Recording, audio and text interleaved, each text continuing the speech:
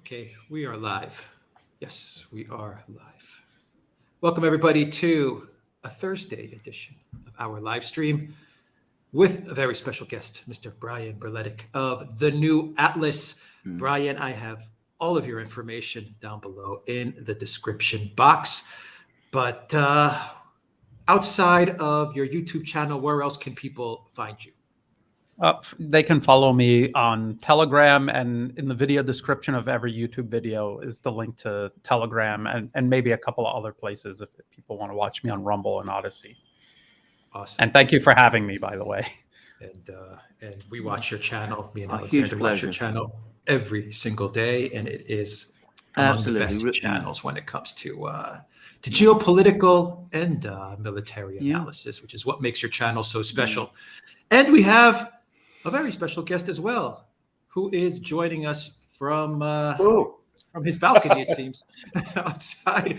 We have Mr. Gonzalo Lira. Gonzalo, you are, well, I was going to ask you about Twitter because people can't find you on Twitter. No, I got suspended on Twitter, and I'm on YouTube, and I was actually suspended until today, as a matter of fact. And so I'll be starting, I was suspended for a week because last Thursday, as a matter of fact, I had the estimable Brian and Dr. Peter, let's leave him at that, who, and just unfortunately, just the fact that I had him on got me a strike and a 1-week suspension, which I think is absurd. But well, these are the times we live in. You know, free press, freedom of speech. No. So I was going to say, so I was going to say that people can find you where now on YouTube exclusively, correct? Yeah, YouTube exclusively, but obviously I'm going to have to diversify, and I'm going to be working on that over the next few days. And by the way, of course, thank you so much, gentlemen, for having me on. It's always a pleasure to be here. And chat, how's it going? I hope you guys are going to enjoy the show. I know it's going to be good because we got 3 big brains and 1 moron. So, you know, it's 3 for 1. That's pretty good odds. All right. With that being said, let me say hello to everybody that is joining us from Rumble, Odyssey, YouTube, and the Duran.locals.com. Welcome to our moderators as well. We have with us, who do we have with us here? We have Alice in Blunderland helping to moderate. Gonzalo Lira is moderating. I'm moderating. And who else? Let me just do a quick search here and see. I think it is just us. Yeah, you should wrench Brian. Yeah, because you know you can let him unleash his sadism on the chat. Absolutely, it would be my pleasure to hand Brian that blue wrench if I find him in the chat. Saying that, let's get chatting with Brian and Gonzalo. And a man who needs no introductions. We have the Oracle of London, Alexander Mercouris. I pass it off to you. Well, can I just say, first of all, it's a great pleasure to have Brian with us again, and Gonzalo. Gonzalo is in the eye of the storm. We're going to be principally talking about Ukraine, but I would also like, if I can, to just bring in Samarkand, because there's a very big meeting of the SCO happening there. Lots of people are there. Erdogan is there. Modi is there. Xi Jinping is on his first foreign trip there. First foreign trip since the pandemic, obviously. We don't want to discuss that, but we can talk about Xi Jinping being there. Lots of things going on in Samarkand. And perhaps not coincidentally, an article in the Financial Times this morning about the US and the EU preparing to impose sanctions on Turkish banks that use the Mir card, which is clearly, I think, timed as a warning shot to Erdogan not to get too close to the people at the SCO. So I would like, I think we should cover that. But of course, as always, we have to talk about Ukraine because this is, in my opinion, the major focal conflict at the moment. It's the one around which everybody aligns. And I want to say 2 things about our guests. Let me start, first of all, with Brian. Brian's one of the very few people, in my opinion, who over the course of the last 10 days has kept a level head. I want to say that because there's been a lot of commentaries about the Kharkiv counteroffensive, as it's called. A lot of people have got extraordinarily excited I think in some places it's not just excitement, it's outright hysteria that has taken over, exultation in some other places. I think Brian, on the contrary, has managed to keep a steady, logical course. You need to go to his programs, you get a proper explanation and assessment of what's been going on, not just in Kharkiv, but the overall picture of the conflict in Ukraine. And I'd like to say that first. The other person, obviously, on our program today, Gonzalo, is, as so many people know, but I want to repeat it again to those who don't, he is actually in the eye of the storm. He is actually in Kharkiv itself. And Kharkiv is very much in the eye of the storm. It was the target of massive missile strikes on Friday. The Russians now are starting to expand their profile, the profile of their special military operation. I mean, that's become increasingly clear. They're probably testing the waters, I suspect, before they upgrade it further. And obviously, Gonzalo was an eyewitness to these events, these dramatic events which have happened in Kharkiv. And at the same time, we do need to talk about the battlefields. Now, I'm going to just start off by giving my own radically inexpert view. I think the Kharkiv offensive was not entirely, but mainly theatre. I think the major battlefields have been elsewhere.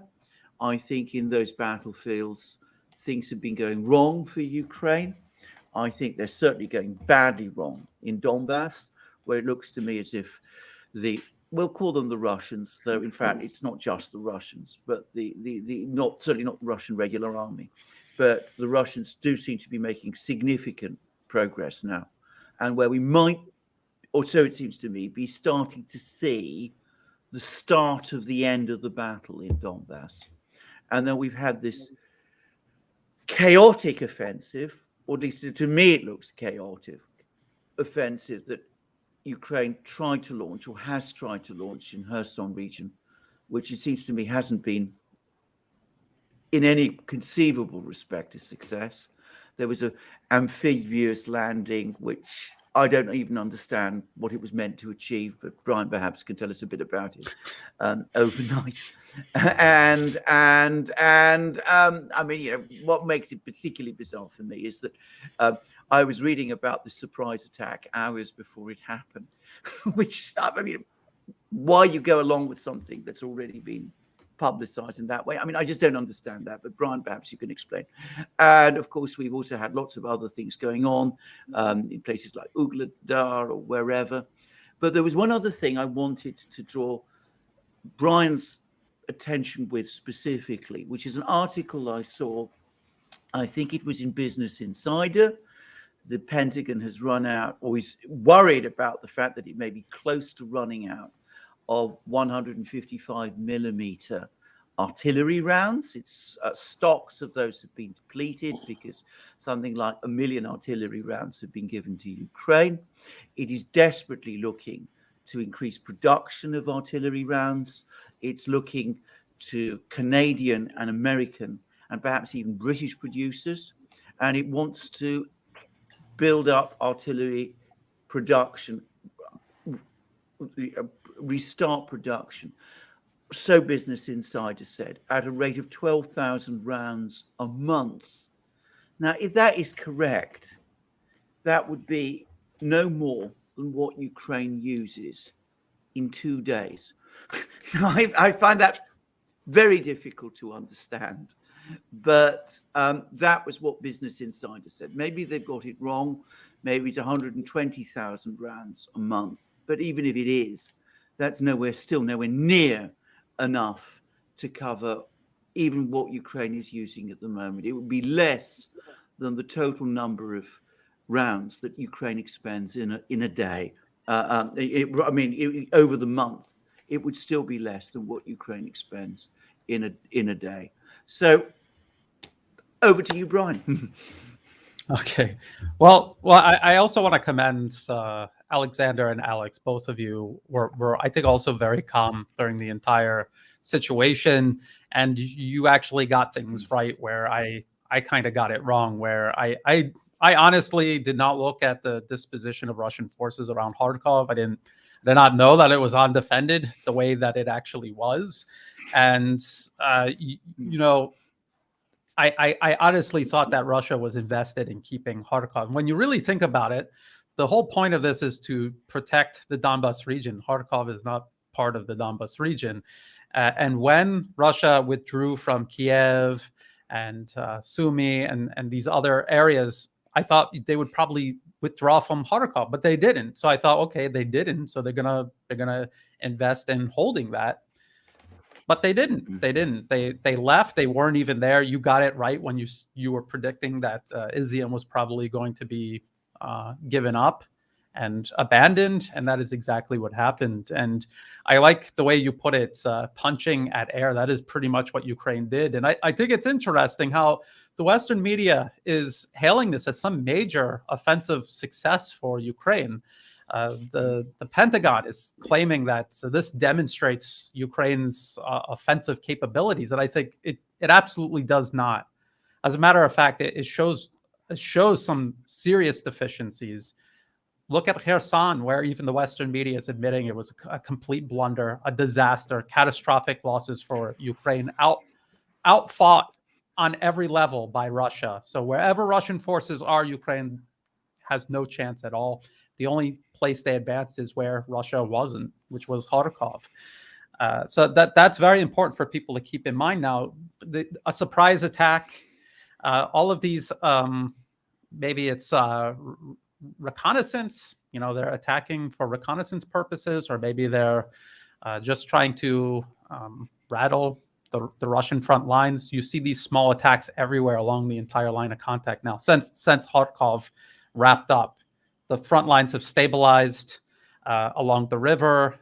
Ukraine tried to push into the Donbas or around Lyman, and they could not. And now they are doing these small attacks everywhere. And it seems like they want to do another offensive somewhere, and one more major offensive at least somewhere else.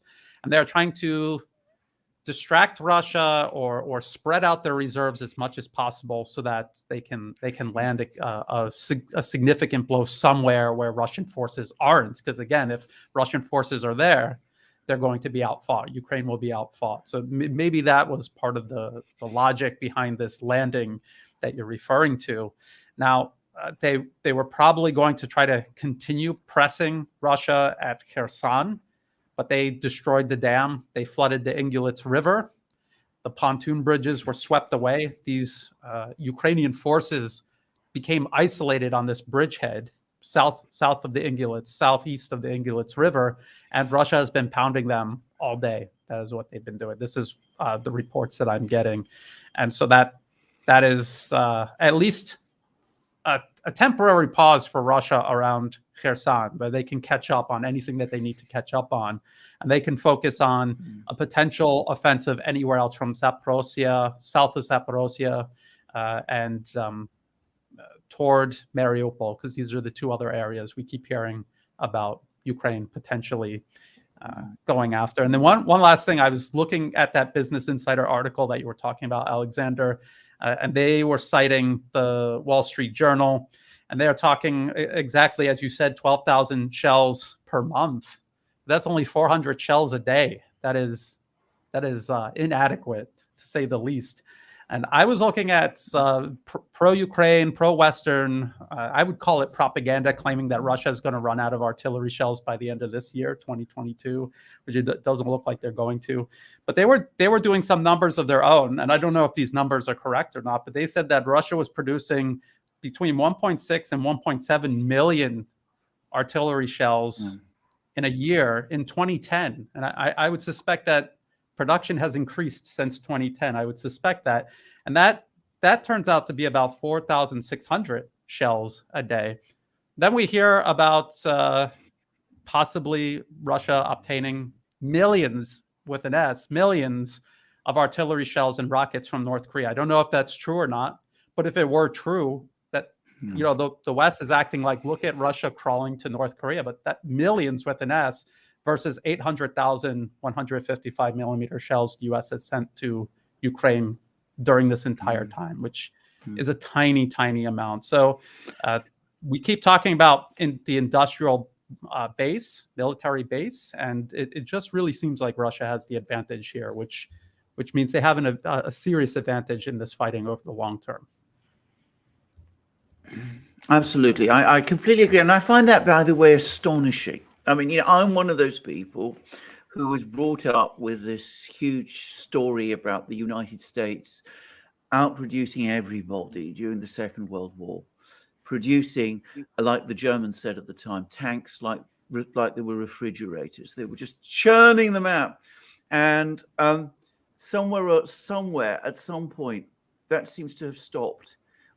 The United States struggling to find producers, struggling to find people who can make 12,000 rounds of ammunition a month. Yeah, they deindustrialized everything. The United States deindustrialized everything, starting really with the Reagan administration. And Ross Perot warned them. He warned about the fact that it would hurt the middle classes, and he also warned about the fact, although that part of what his warning was not taken into account, that this kind of deindustrialization would leave the United States incredibly weak in the face of a real war in some future time. And here we are. The United States just doesn't have the industrial base. And on top of that, the kind of equipment that they're making, I think that Brian can attest to this, is so sophisticated and complicated, requiring such maintenance and so many spare parts and the rest of it, that it's not durable. It has all the bells and whistles, but it can't compete with tried and true, simplistic but robust equipment like the Russians are using. And so, yeah, we have this situation. Yeah.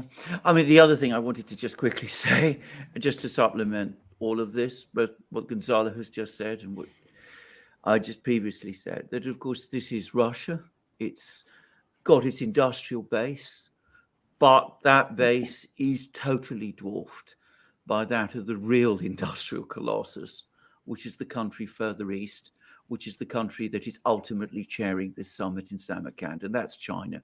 If the Russians are able to produce 1.5 million plus shells a year, I'm not even going to try and guess what the Chinese could make if they would put their minds to it. And I mean, it would be just, on a completely different level, other order of magnitude. Brian, where do we go from here? I was reading. I got to smoke a cigarette, Alexander. I'm sorry. My nerves are frayed. Sorry about that. Okay, we understand you're at the receiving end of the missiles, Gonzalo. But I haven't been smoking in 20 years, and I started smoking because of this situation here. So and everybody's smoking, because it's just. We'll come to that in a moment. But anyway, I was reading Lieutenant Colonel Daniel Davis, who seems to be again one of the more objective people who discuss this war. He seems to feel that Ukraine has either shot its bolt or has come very close to. What do you people think? What do you think, Brian? I think this was an all or nothing offensive. They scraped together absolutely everything that they had. If you read across the Western media, they claim that this has been in the works for months. They've been talking about it for months. We actually have seen them making preparations for months, more or less. It did not take Russia by surprise on any level. It was just a matter of Russia with these self-imposed constraints, it being a special military operation. They don't have nearly enough troops in Ukraine to defend everything properly the way they need to. So what it is a game of making sure their troops are in the right place at the right time when these offensives land. And then sometimes they have to pick and choose between, hey, are we going to keep Kherson and Mariupol or Kharkov? Which one is it going to be? It's a lot of people have been criticizing this, and I can understand why. When you look at Izium, you see the murals painted on the walls with the Russian flag. I mean, the people, anyone behind, they're now targets. Their life is in jeopardy now because Russia withdrew. They were unable to hold. Yeah. Brian, can I ask you, the specific numbers I'm hearing of the Kharkov offensive and the Kherson offensive, I understand, and I'd ask you to correct me if I'm wrong and give us the more accurate numbers if I'm wrong. I understand that they lost something like 8,000 men in Kherson and another 4,000 in Kharkov, that is killed in action, and roughly twice that number of wounded, incapacitated in action. So as I understand it, and like I say, correct me if I'm wrong, we're talking 12,000 dead and possibly as many as 25,000 wounded and incapacitated. Are these accurate figures? Yeah, that sounds about right. I mean, that sounds about right according to Russian Ministry of Defense claims, but also claims that I've been hearing from the Ukrainian side and Western media who are pro-Ukrainian. I heard one guy say, I can't remember who he was, but he's one of these blue check mark people on Twitter who's constantly cheerleading for NATO. He said something like 10,000 people had to die in Kharkov for Ukraine to prove that they can fight the Russians. I don't know if that number is true or not, but that just goes to show you that number is probably not right. But it goes to show you that they understand that a significant toll was paid there. And people ask me constantly if Russian forces weren't there or they all withdrew or a little bit of both, how did Ukraine suffer these losses? Russia leveraged their missile forces and their military aviation. The whole reason this offensive, Russia's offensive through the Donbas region has been so slow is because Ukraine has built up significant fortifications, defensive lines, overlapping, layered. But when you do an offensive, you come out from behind all of that, and you're putting yourself at risk. And if Ukraine was losing between 100 to 200 a day, according to Kiev, what do you think is going to happen when they come out from behind those defenses? They're out in the open, and they're at the mercy of Russian long-range weaponry. It's gonna double or triple or more. And here I have a follow-up question to this, because it ties into the fact that the Russians have warned Germany, as a matter of fact, that sending weapons to the Ukrainian war is a red line for them. And I've been giving that a lot of thought because, nobody said much about the various weapons, but all of a sudden this in particular seems to be a red line. And it seems to me, with your experience in the military, Brian, that you have said repeatedly, and others have as well, that it takes months to train people on these weapon systems, the M77s, the HIMARS, and all the rest of it. Could it be that what's really going on, and the reason that the Russians have drawn this red line insofar as Germany is concerned, is that all of these weapon systems that are being shipped to Ukraine are actually being operated by, if not NATO troops, then military contracters that are like the Wagner Group, essentially an extension of the state arm of NATO. Could it be that so many of these weapon systems, if not all of these advanced weapon systems, are being operated by foreigners? And the reason that the Russians told the Germans this is a red line is that it's sort of like de facto a creeping in of NATO into this conflict. That's one part of the question. And if this is the case, if this is accurate, how many of those dead were foreign troops? That's a good question. And let's just put it this way. It's possible that you could have NATO troops or former NATO troops or very recently discharged NATO troops wearing Ukrainian uniforms. Something like that could possibly be happening.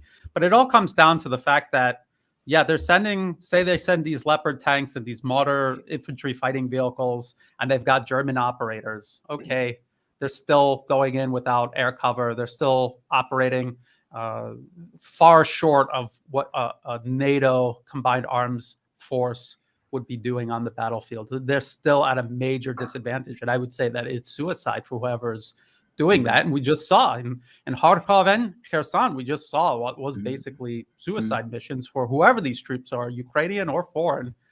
They're going into these places.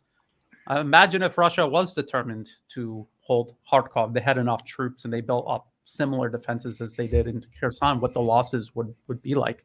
They don't have air cover. They don't have all of the systems that they actually need on the battlefield to do combined arms combat. So they're still going to suffer either way, no matter who's in those tanks. But again, if they're going to simply transfer these weapons and have Ukrainians operate them, you're right. For a Leopard tank, it will be 6 months. For an entry-level tanker, and then you need to understand that it's a tank crew with a commander who needs significant experience to command that crew in that tank that they're not used to operating. We've not seen any tanks of that nature so far. There was a brief report that I saw that there were Leopard tanks being used in the Kherson region, but I think we can safely say that was false. Can I just ask what you think about the fighting in Donbass, about Bakhmut? Do you agree with this view, Brian, that it is as important as people say, or is it just what people are saying? I mean, it's a big place. I mean, 70,000 plus before the war. But as I said, it's like all other Donbass towns, it's got this cluster of factories and smaller villages and all of these places which are integrated into the whole. So it's actually bigger than that suggests. But is it really as important as people are saying? I think on its own, it's fairly important. And then together with the fact that this is part of Russia's actual special military operation was to take and defend the Donbas region. Bakhmut, Russia taking it is part of toward that end. And that's one step closer to Russia declaring victory. So they could wave around this victory in Kharkov, but Russia is still incrementally achieving what it said it was going to do. A lot of people are assigning different objectives to Russia that I never heard anyone in Russia say were actually their objectives in this. So I think it is very significant by itself and then together as part of the operation. Yeah, I think that the Russians welcome these offensives because of their advantages, because it helps them achieve more quickly what they have stated from the outset which is to demilitarize Ukraine. I mean, if you have these offensives where you're going to lose a division, just sit tight and let them come at you and just blow them away with your artillery and air power, and you're achieving your goal, which is to, in essence, neuter the Zelensky regime. Which, I mean, and that's my thinking about it. And so when this started happening, and I started hearing the losses that were incurred, I said on Twitter, but now that Twitter account is gone. But I said, this doesn't make any sense. Yeah, they're gaining some ground, but at what cost in terms of lives and in terms of the best fighters that you will have, that you will need later on to make some serious headway in terms of expelling the Russians from your territory. Because like Alexander said, they were punching air and suffering horrifying losses. So imagine if they're actually punching something solid, it's going to be even worse. I mean, I'm stretching the metaphor, but I don't think that you guys know what I'm talking about. Yeah, like in Kherson, for example, I mean, you have two offensives and an example of Ukraine going up against well-prepared Russian forces, and then Ukraine going up against the remnants of Russia's presence in that area. And they're two completely different outcomes. But even in the supposedly better outcome for Ukraine, they still suffered serious losses, even according to Western and Ukrainian sources. 4,000 men for what? And on top of that, as Alexander has pointed out, there seems to have been at most a force of like a couple of thousand Russians. So even if those 2,000 had been completely annihilated, it's still 2-1 loss over cow country. And so it's like, what was the point of it? And if this pace continues, it's going to be even greater losses because, of course, they have this sense that, we can do an offensive and win. And so we're already seeing how they are gearing up for more offensives in the south. And we have that salient that now has been trapped because of the flooding of the river. The name of the river slips my mind. The one where they blew up the dam in Kirov Rog. Yeah, and so it's like it seems as if they're going into a trap. And in fact, many people who had a lot of knowledge of the Syrian operation said that this is something that the Russians consistently do. They sort of like invite the invader to throw everything at them, even when they've already pulled out, and just annihilate these attacking forces with very few losses of their own. And so it seems that the offensive might prove to be the undoing of the Zelensky regime because it will give them a false sense of security to keep on doing more of these offenses. Do you guys agree? I have a slightly different take on this. I think they had to do this offensive. I think that there's been so much media build up over the last few months that if they hadn't done an offensive and through most of August, I was beginning to wonder. I was starting to think there wasn't going to be an offensive because we were expecting one in the early part or the middle of August. But they had to do an offensive. They had to show to their people, they had to show to the West, and they had to show to themselves, always an important psychological thing, that they've still got fight in them. So they had to do an offensive. It was psychologically important for them to do an offensive. They achieved some of what they wanted to do by launching this offensive. But of course, they paid an enormous cost for it. And can I just say, and this is something which I would again like your thoughts about, Brian, and indeed Gonzalo too. I think that there has been a false narrative spun that Ukraine can endure unlimited casualties. Yeah. That they can throw away 1,000 men here, 1,000 men there. It doesn't matter. That they can just go on doing it indefinitely. I mean, I don't believe that. I don't believe that this is how wars are fought. I don't believe that was how the Second World War on the Eastern Front was fought, by the way. And I certainly don't think this war is being fought in that way. And there was one pro-Russian site, and I have to say it's very pro-Russian. And I take what it says often with a very heavy pinch of salt. But it spoke about the forces that were thrown at the Kharkiv offensive, that 1 in 3 were volunteers from the West. I think that must be much too high. But if Western soldiers, if Western people, their lives have been thrown away in that kind of way, then that's also going to have major political consequences. So this is my own view. I don't think any army can simply throw away its people in that kind of fashion. But what do you both think? What do you think, Brian? Alex, did you have something that you wanted to jump in? Yeah, well, let me piggyback off of what Gonzalo and Alexander said, because it's kind of related to Alexander's question. I just wanted to ask Brian and your thoughts as well, Gonzalo. Brian, you mentioned that Ukraine, it looks like they're trying to find holes and say, like, I picture it like a zone defense in basketball or something like that. The Russians are kind of like in a zone, and it looks like Ukraine's trying to find holes to break that defense. But my question to you is, say they do find a hole in Kherson. I mean, what's the overall objective? I mean, are they going to actually make it to, I don't know, Mariupol or something? I mean, to me, the thinking is, even if you break through one defensive line, where's the end game to this? You're going to march to Mariupol with 10,000, 15,000 troops, and the Russians are just going to let you go all the way down there. I mean, I'm just trying to figure out, okay, so you make one break through a defensive line, then what?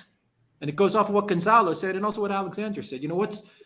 Then what happens to you and what happens to all of these men? That was just a question that I have. And just real quick, going off what Alexander said, here's a quote from Borrell that he just said today to El Mundo newspaper. He said that people want to end the war because they cannot bear the consequences, the costs.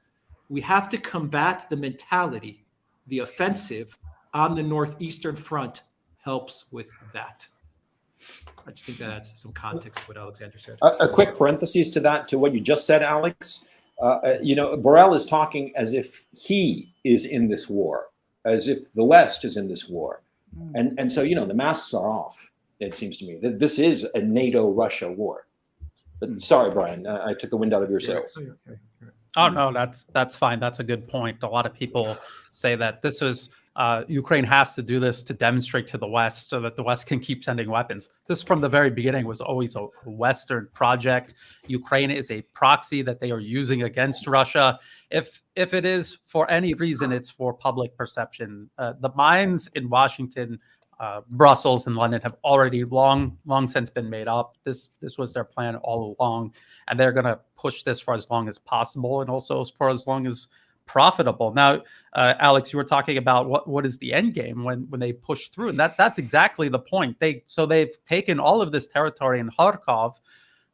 That's a lot of space that they now have to consolidate control over. And as a matter of fact, Ukrainian President Vladimir Zelensky, this is what he was saying: we have to kind of slow down a little and consolidate control over this. But do they even have enough men to do that? I don't know. And then if they're trying to pull an offensive off somewhere else, with what troops? What troops do they have left to do this with? And I've heard a lot of analysts and commentators talking about how they were actually trying to move troops from Kharkov down to the south to help launch this last offensive, probably, or second to last, something like that. Exactly. And we just saw what happened in Kharkov. Even their wildest success, facing almost no resistance, and they still had these huge losses. So what do they imagine is going to happen if they try to push toward Mariupol or somewhere else, or toward Kherson? What do they think the losses are going to be? Huge, tremendous losses. Now, Alexander, about the manpower, endless manpower. Ukraine does not have endless manpower. You have to train soldiers to go on the battlefield, and people don't understand how. When you're even like I was in the U.S. Marines, and I went through 3 months of basic training, and when I got out of basic training, I still had no idea. If you told me, "Hey, go in the trench and start fighting," I had to have no idea how to do that. I had to take another month of combat training, and I was not even an infantryman. I was a technician, basically, but I still had to do this combat training. And only then do you see, like, oh yeah, so we kind of have to do this. But still, you are heavily dependent on NCOs and officers to tell you what to do and where to point your guns and where to set up all these different zones and defenses. And that is not endless. There is a finite limit to all of that. And Ukraine has reached that. They cannot keep up with their losses. This training program in the UK, we've talked about this, 10,000 men in 4 months, when they're losing many times more than that in the same amount of time. So it's one thing to have a brigade's worth of men. It's another to train them and match them up with the equipment needed for a brigade. And it goes far beyond a 4,000-man brigade. It goes far beyond basic infantry training, because a brigade, 4,000 men, that's not just 4,000 infantrymen out there fighting. You have to break them down into smaller units, and they require leadership, and training that leadership is very difficult and time-consuming. Ukraine does not have the resources or the time to do that, no matter how much the West tries. It's you cannot create an army out of thin air. So this is a definite problem and a limit for sure for Ukraine. I have a question. Who is keeping a tally of losses against the size of the original army? Because as I understood it, at the start of this conflict, the Ukraine side had 240,000 troops as a part of the armed forces of Ukraine. That is, the army. It was 240,000 and an additional, 360,000 who were police, a territorial militia, border guards, everything, everybody under arms. It was a total of 600,000. But of the actual army, let's say it was 240,000, and they added on, just to throw out a number in terms of conscripts and the rest of it, say 50% more, that they're up to 360,000. But of course, these aren't combat troops. These are just total Ukraine armed forces. And we know at the beginning of August, the credible estimates were between killed in action, not wounded in action, was about 75,000. And perhaps, let's say, another 75,000 in addition to that of wounded and completely incapacitated, that they will not be able to be thrown back into the fray. So right there, you have 150,000 that were lost. What's happened in August, and especially in this offensive, you're adding easily another 20,000 losses.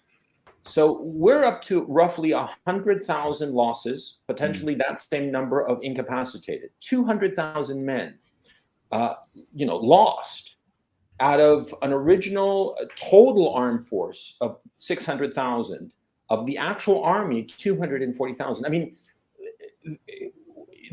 it doesn't seem possible that they have that many troops left. And this is back of the envelope kind of calculation. And so I'm wondering if anybody's taking an actual tally of how many Ukraine troops, combat effective troops, remain. And I'm sure that the Russians have an exact number, and I wish I could look at those numbers out of idle curiosity, if anything else. But I mean, how long can this be sustained? And it does not seem to me that it can be sustained for very long. It seems that we are coming closer and closer really close, like by the end of this year, that they're just going to run out of people. I mean, is this a reasonable train of logic that I've outlined? Because I really want to know, how much longer can they suffer like this? Because as far as I'm concerned, it's a suffering for no reason.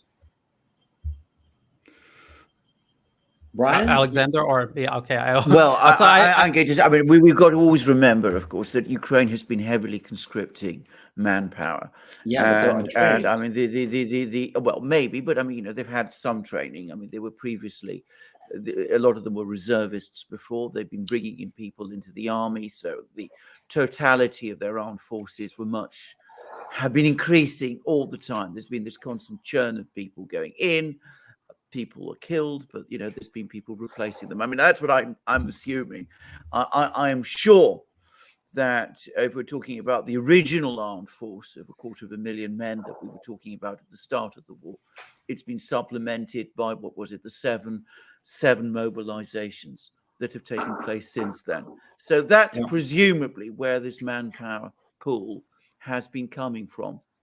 And it's also, I think, clear that some of these people were held back, and they tried to build up some combat brigades to launch on these offensives.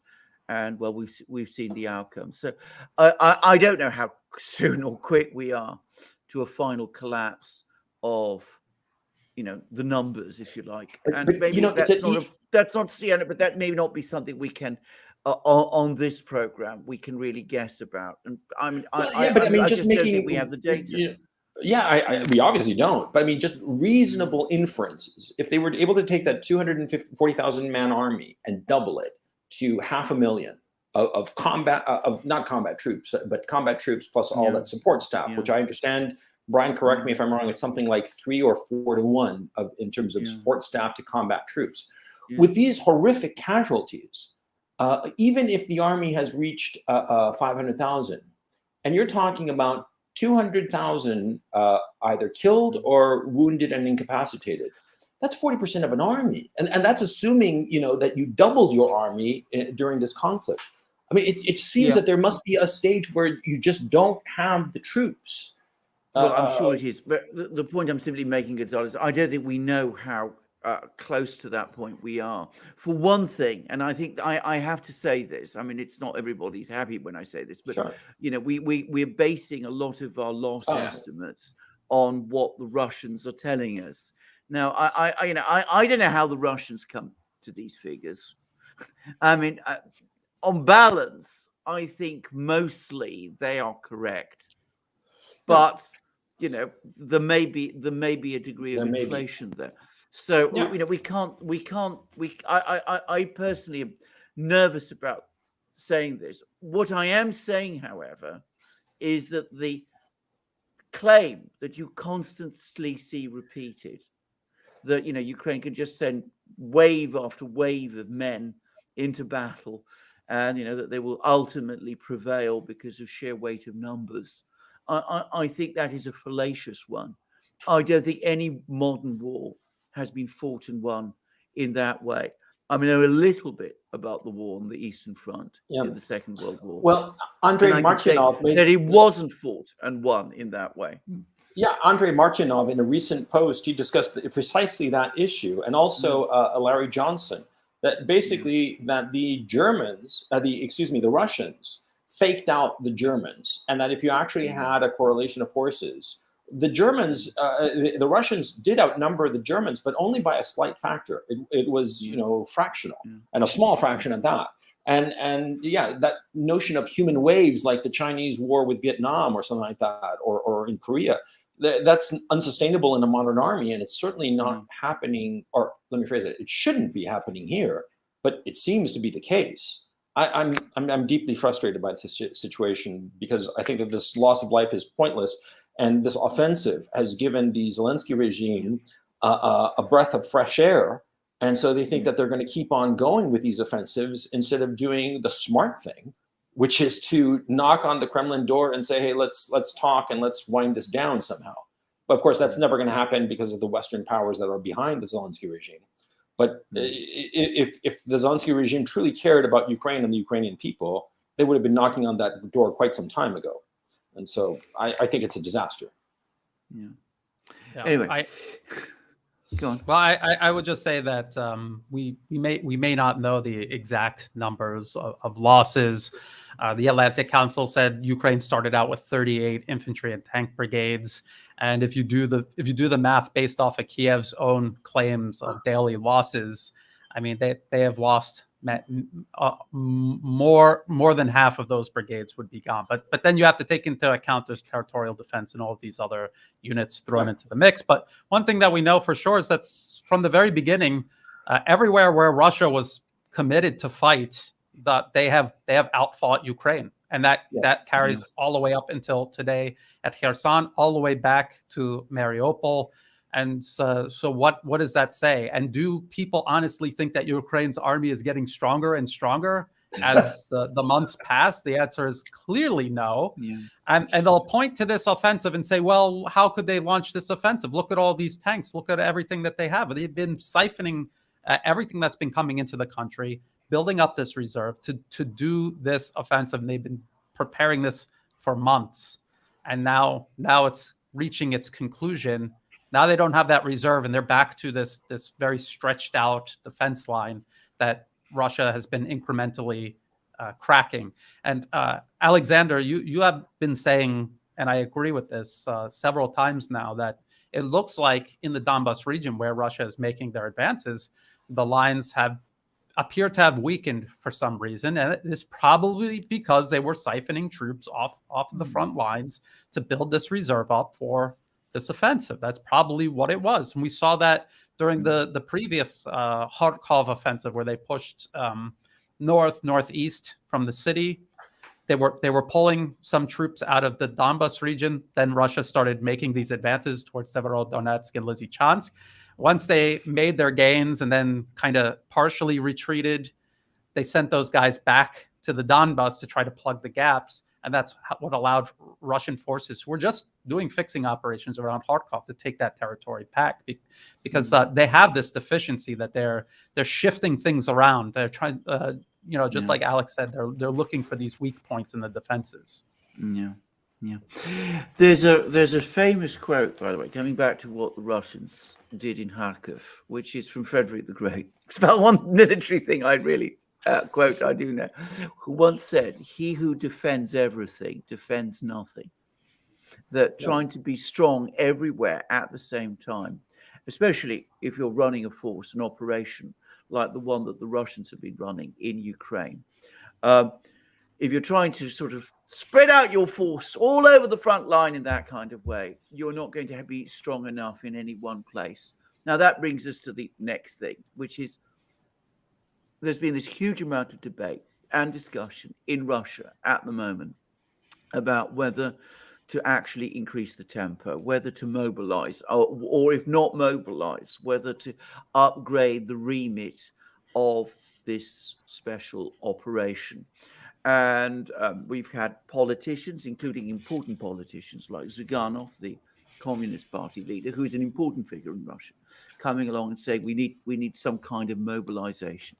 I don't believe that there will ever be any kind of mobilization in Russia, partial, full, or anything like that. I don't think it's needed. But I do think that we are now heading towards a situation where the frame of this special operation is going to be extended.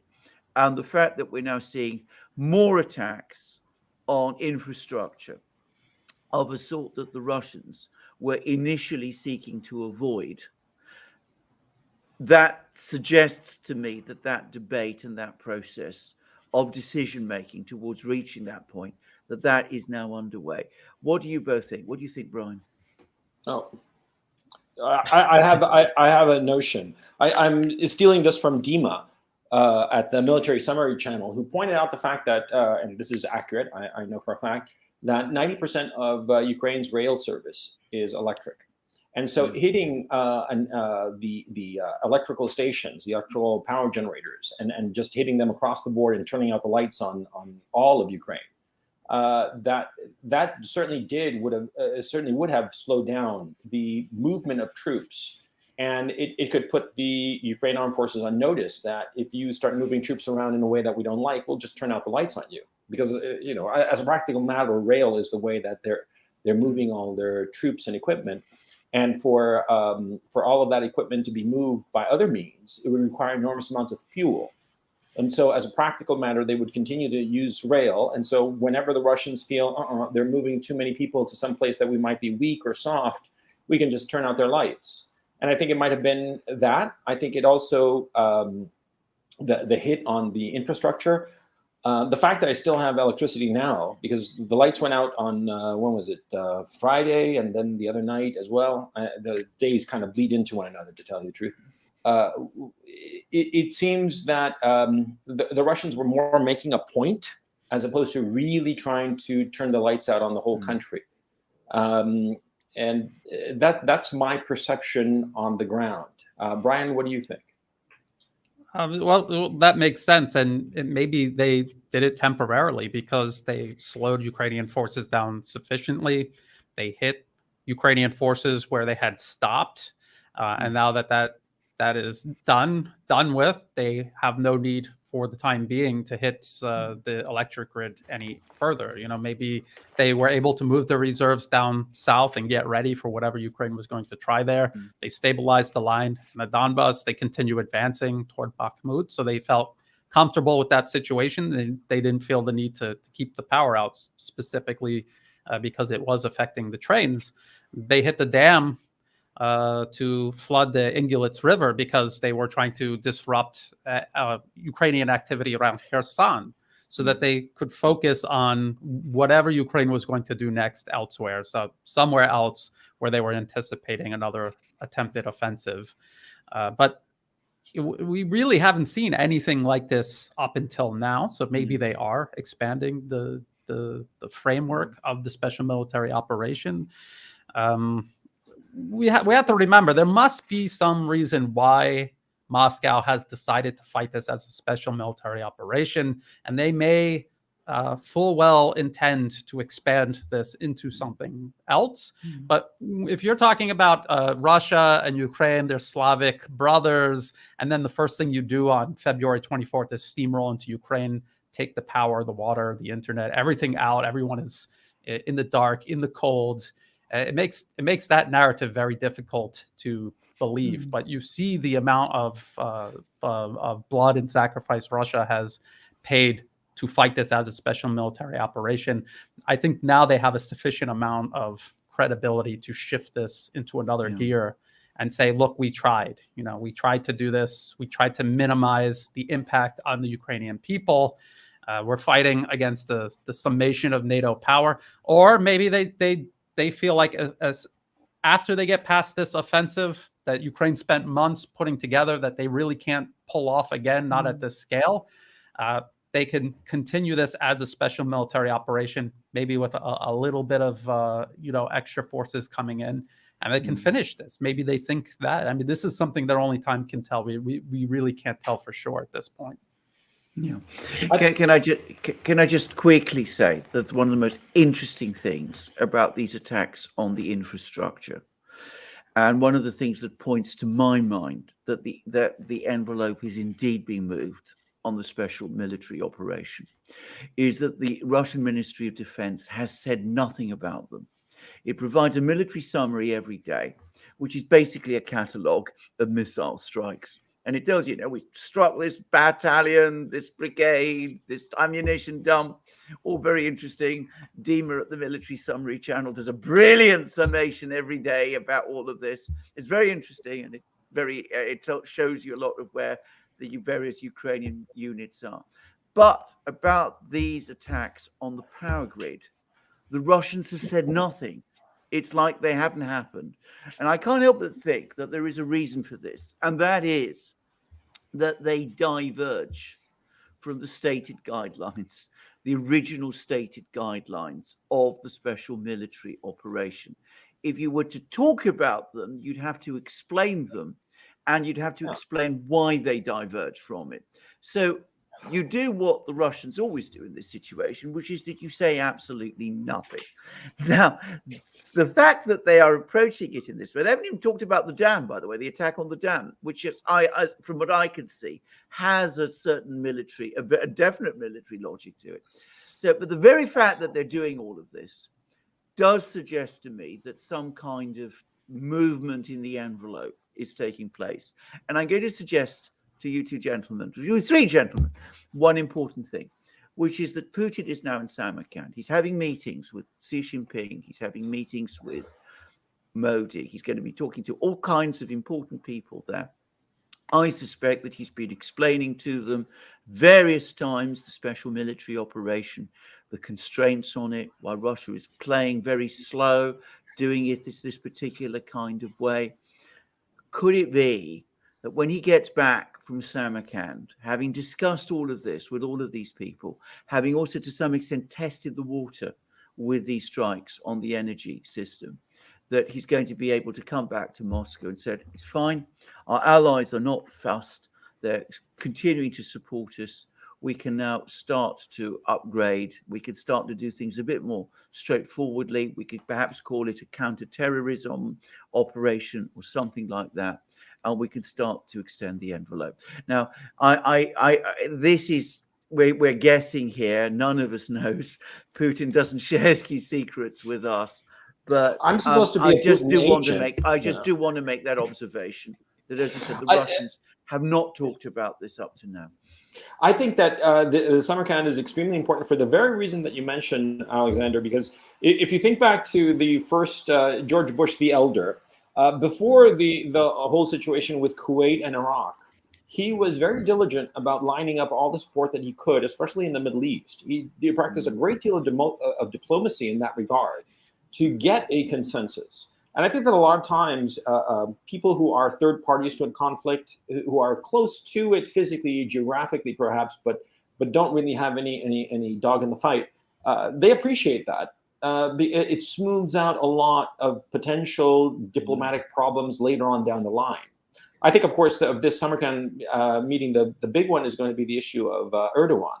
Because Erdogan his position is becoming increasingly untenable, with this European pressure on the fact that he's accepting mere payments on the one hand, and on the other hand, that he has been fomenting what's going on in Azerbaijan, and there's a perception, well-founded or not, that this might be some sort of effort to create a second front for Russia. And so he's getting rapidly to that point where he's going to have to, pick a side, and that is going to be an interesting conversation. But Putin talking to all these leaders and not getting exactly their okay for it, but in the sense of getting them on side in a gentle diplomatic way would help him very much. But I have the suspicion that the Russians will not upgrade this from a special military operation to an anti-terrorist operation, but as a practical matter, they will. They'll maintain the label, perhaps you could call it a fiction, but increase the tempo of operations, especially to the degree that they sense that the Zelensky regime forces are on their last legs. And that would certainly give them a great deal of motivation to, let's just get this over with already. It's been 7 months. Let's not see it go for another 7 months. Let's see if we can get this done by Christmas or something.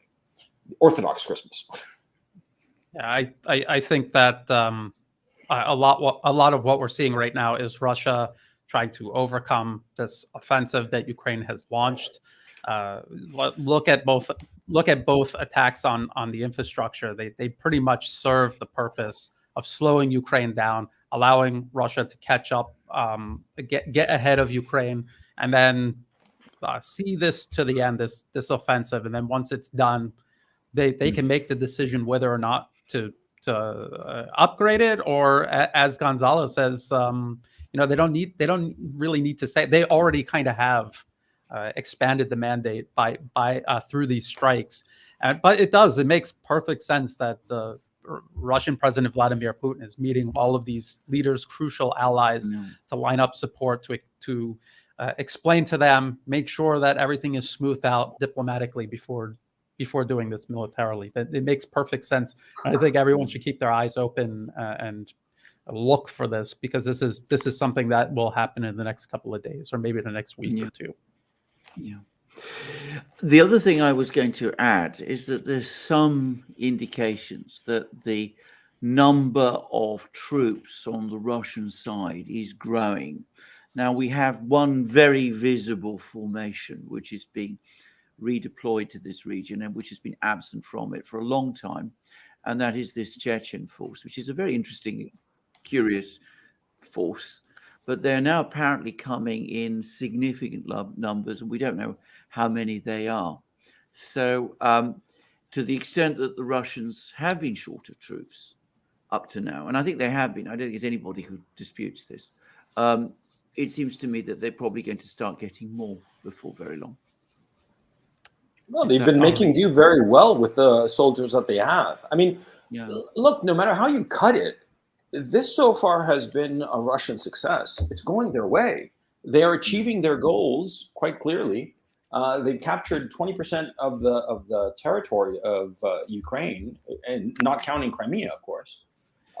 They have had, regardless of the hysterics on Twitter and Facebook, they had what is clearly a victory, even though it might not have seemed so because of the loss of territory of the Kharkov region. But they significantly harmed the forces of the Zelensky regime. So it's going their way. And in any long endeavor, there are inevitably going to be setbacks. When this first started being announced that we were withdrawing from Kharkov, I was of the opinion, I was ambivalent. I thought to myself, well, this seems sort of like, yeah, a loss. But on the other hand, it seems that they're withdrawing and they're suffering, they're inflicting horrible casualties on these advancing troops. And so, how exactly is this a defeat? If your stated goal is demilitarization, denazification, and the restoration of the Donbass territorial integrity and its protection. And Kharkov, of course, is not part of the Donbass. And so it seems to me that the Russians, it's all going their way. And so don't mess with a good thing when it's working, Yeah. I mean, that's...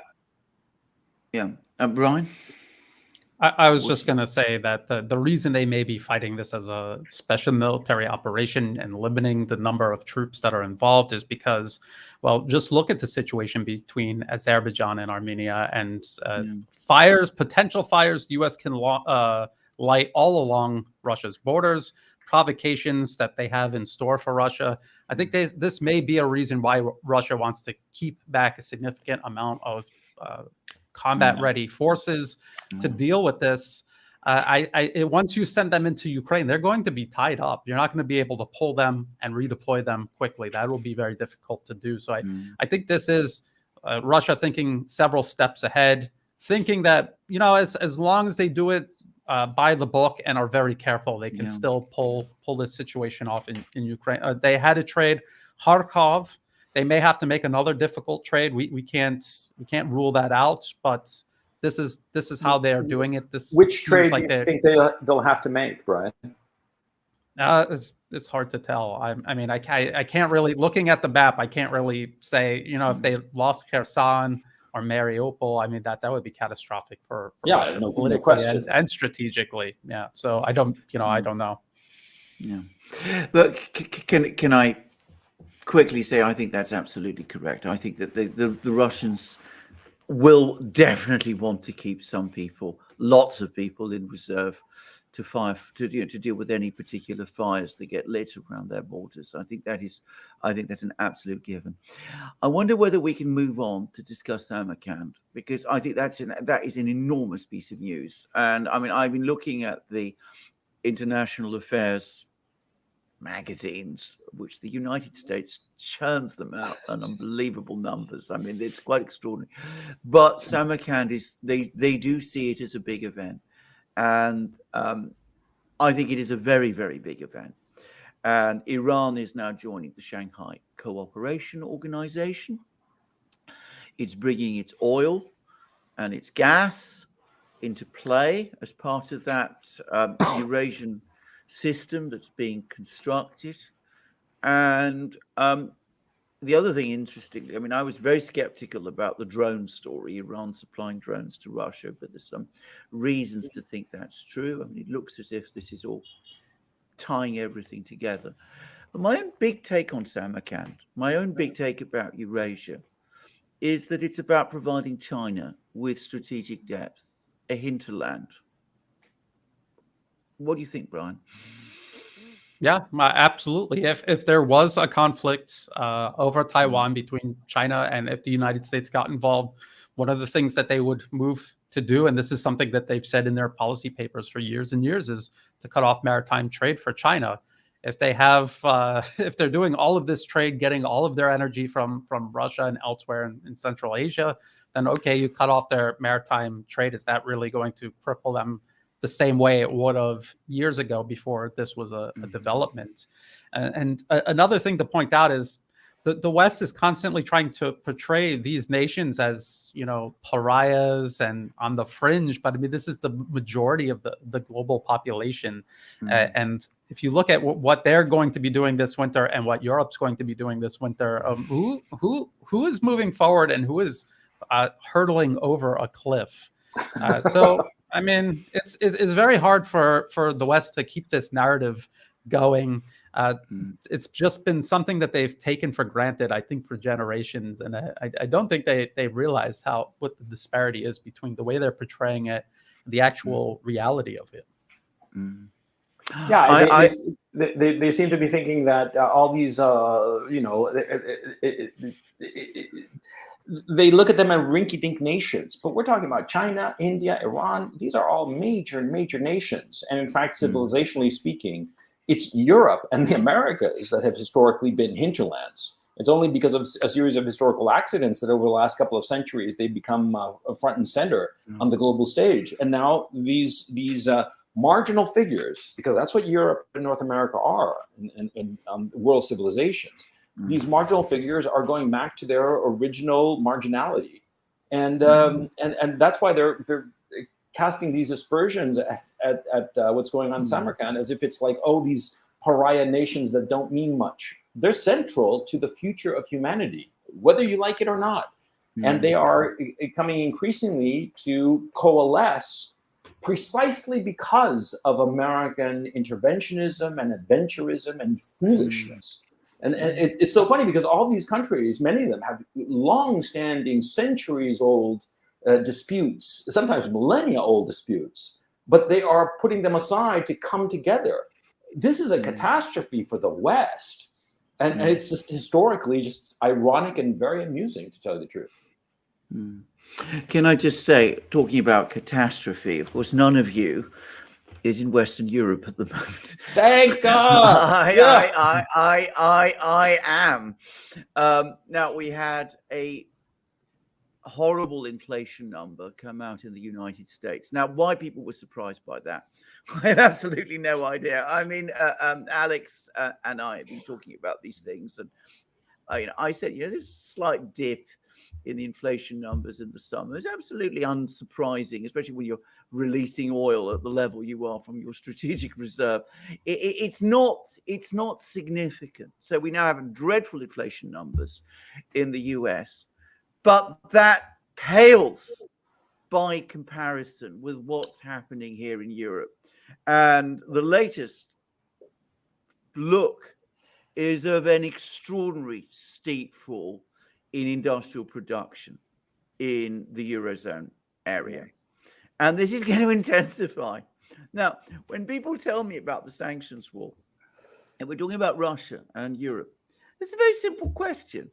Whose homes are going to be warm this winter? Whose factories are going to get energy this winter? Where are food prices actually falling? I mean, put aside all the figures, the numbers, the talk about meerkats, the talk about this, that, and the other. Just focus on those simple facts, and perhaps when you do, you begin to understand why that comment that Borrell made, which Alex was talking to us about, begins to make sense. Because if Borrell has to keep everybody on side, he has to tell us that Ukraine is winning. All it needs is one more push. This Russian colossus will crumble, So just stick it for a few more weeks, a few more months, and it will all come right. But that is the reality of the economic situation, and it is getting grimmer by the hour and by the day. And that is something which in Britain I am experiencing, and Britain isn't even the epicenter of this thing. Yeah, absolutely. Go ahead. Well, Europe is screwed. It's over for Europe. There's no way for them, even if there were suddenly a complete change in the political leadership and the political will to go back to Russia and sort of like make nice. It's too late. The Russians don't believe them. So no agreement will happen with the Russians. And therefore, since there is simply no way to get the gas, the energy resources necessary to keep Europe going during the winter, this winter is going to be catastrophic for Europe. And it's something that has never been seen in Europe.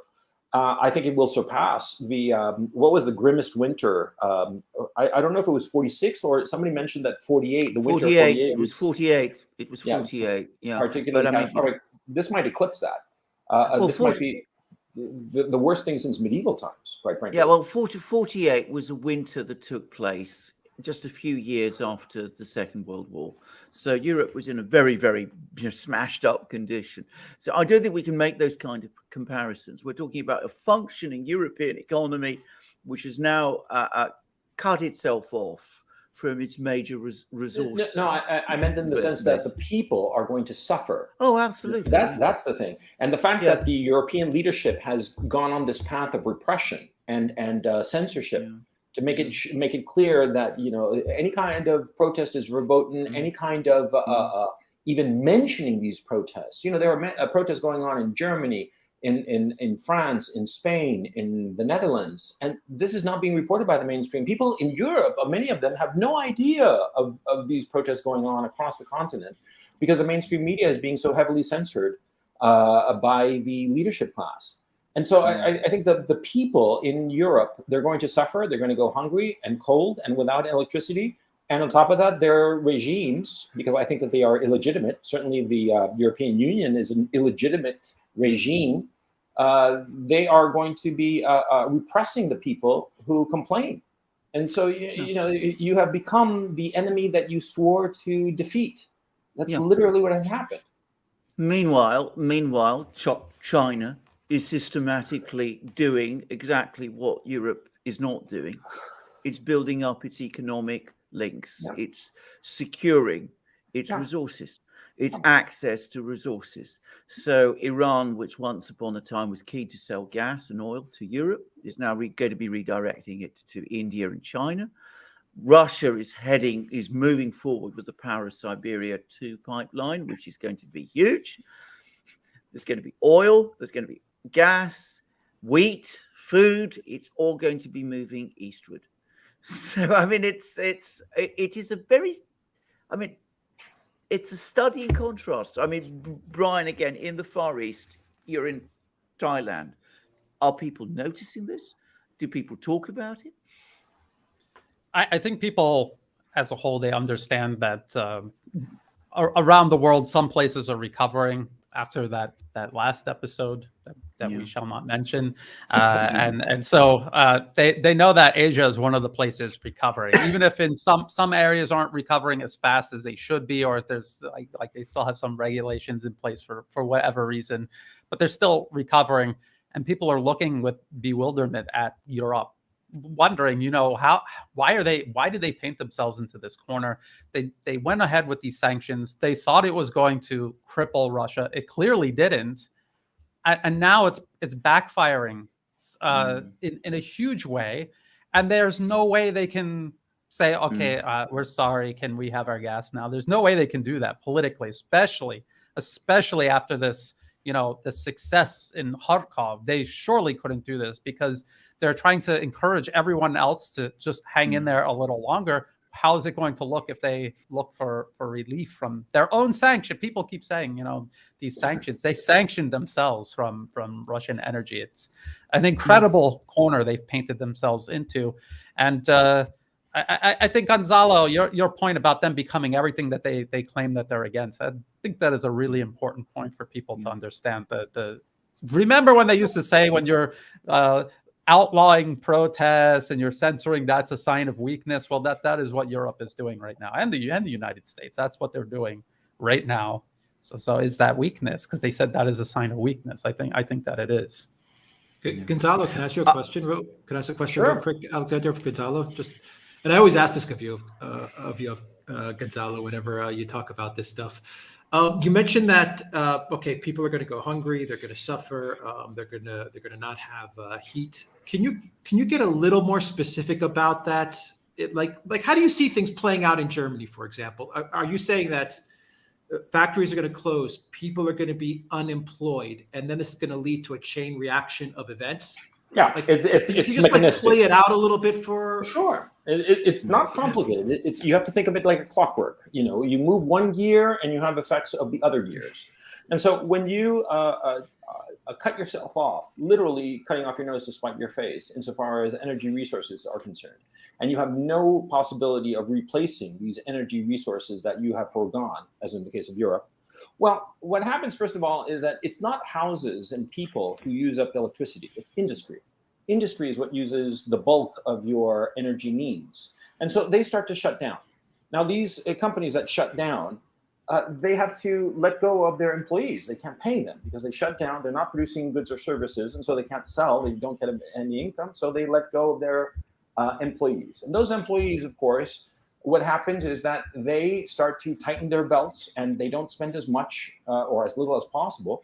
And so you have fewer consumers out and buying. And so more companies start shutting down because the demand for their product starts to decrease. And they start shutting down their companies. And that becomes a self-reinforcing cycle. One company shuts down, they don't sell anything, and their employees don't have money to buy. And so the next company shuts down, and it becomes a chain reaction. This is what is known as a deflationary spiral. Okay. Now, but what's happening here is that the Europeans and the Americans, to a lesser extent, have been printing a great deal of money because of the crisis we shall not name, and because of that, all this money is sloshing around. But there aren't the goods and services that they need. Europe, for instance, was until yesterday talking about price caps. This is just stupid. And because it's really impossible to cap prices of energy resources. And so now they're talking about giving people money, extra money. Well, how is that going to help? Because it's not that the goods are there and they can't afford them. There are no goods. And so they're going to have more money chasing fewer goods. And this is going to lead to an inflationary spiral. And so you're seeing it already. The traders, the commodity, the currency traders, they're already ahead of this. That's why the euro has fallen from, what was it, $1.15 to about 99 cents at this time. And it's going to continue to fall as the winter approaches, because during the winter, you have more energy needs in order to keep all these people warm during the winter. And of course, what happens too is that people keep talking about the issue of energy, which is very important, but it's also the issue of fertilizer, because you need natural gas to make fertilizer, or you have to import it. Both of which you are no longer able to bring in from Russia, which was your major supplier before this crisis. And so what's going to happen is that there is food in the ground now growing. Well, it depends on the crop, but you know what I mean. What we're really going to see is a food shortage come the spring and summer of next year. And I'm talking about a real food shortage where the Europeans are not going to have enough food for their people. Right now, you're seeing de-industrialization. It might not be affecting the people yet, okay? Because as these factories close, the energy that they were using can be redistributed among the people. And so they aren't going to go with blackouts and they're not going to go cold yet. But depending on the pace of how these resources are consumed during the winter, and I've seen it credibly projected like around January and February, in Germany at least, that's when you're going to have rolling blackouts. And that is when there will simply not be enough energy resources to heat the people of Germany. That's why they're building these shelters that are going to be like communal, I forget the name that they gave them, these communal areas where people can go to get warm. It's already projected that this winter, by the end of the winter, that is by the 1st of March, 1 in 7 retirees in the United Kingdom will not have had electricity, will not have had heating during the winter. 1 in 7. Okay, and so these problems become it becomes a spiral. And do keep in mind, and to finish off the point, so that it's clear to the chat. You see, as your industry deindustrializes, see, these factories, they don't have an on-off switch. It's not like that. You need a lot of raw materials and people and a lot of time to ramp it up to start producing goods and services again. And so even if everything were to break Europe's way and they somehow magically made nice with the Russians and got all the natural gas and fertilizer and oil that they need, it's still going to be between 4 and 8 weeks for many of these factories that shut down to revamp and revamp their production lines. So they've killed their economy and it's over. This is like a slow motion car crash. You see that video of a slow motion car crash? The car crash happened. We're just watching this very slow process of the complete destruction of the European economy. And at this time, there is no way to turn it back. It's over. Okay? We're just going to be watching the after effects. Yeah. Can I just add to Gonzalo's summary, masterly summary, just one further point, which is, of course, something which, when you're here in Europe and you're looking at the economic numbers, you are very much sensing, which is that we're getting into a situation, exactly as Gonzalo said, where you have demand being supported, which is not backed by goods, which is inflationary. But you also have another problem, which is that you have spending which is not being supported by taxes. Because if people are out of work, if they're not working, they cannot pay taxes. In fact, because of the European welfare systems, they are entitled to benefits. Now, historically, European countries have made up the difference when that happens by borrowing, or increasingly in recent years by printing. But of course, if currency traders, financial operators, all of those sort of people see these deficits soar, which they will, but they have no confidence that production is going to resume, and if interest rates simultaneously are rising, which they are, then you could very quickly find yourself in a very deep financial crisis. And you can already see some of the expressions of this in the softness of the two European currencies, the main European currencies, sterling and the euro. So we have that spiral threatening as well.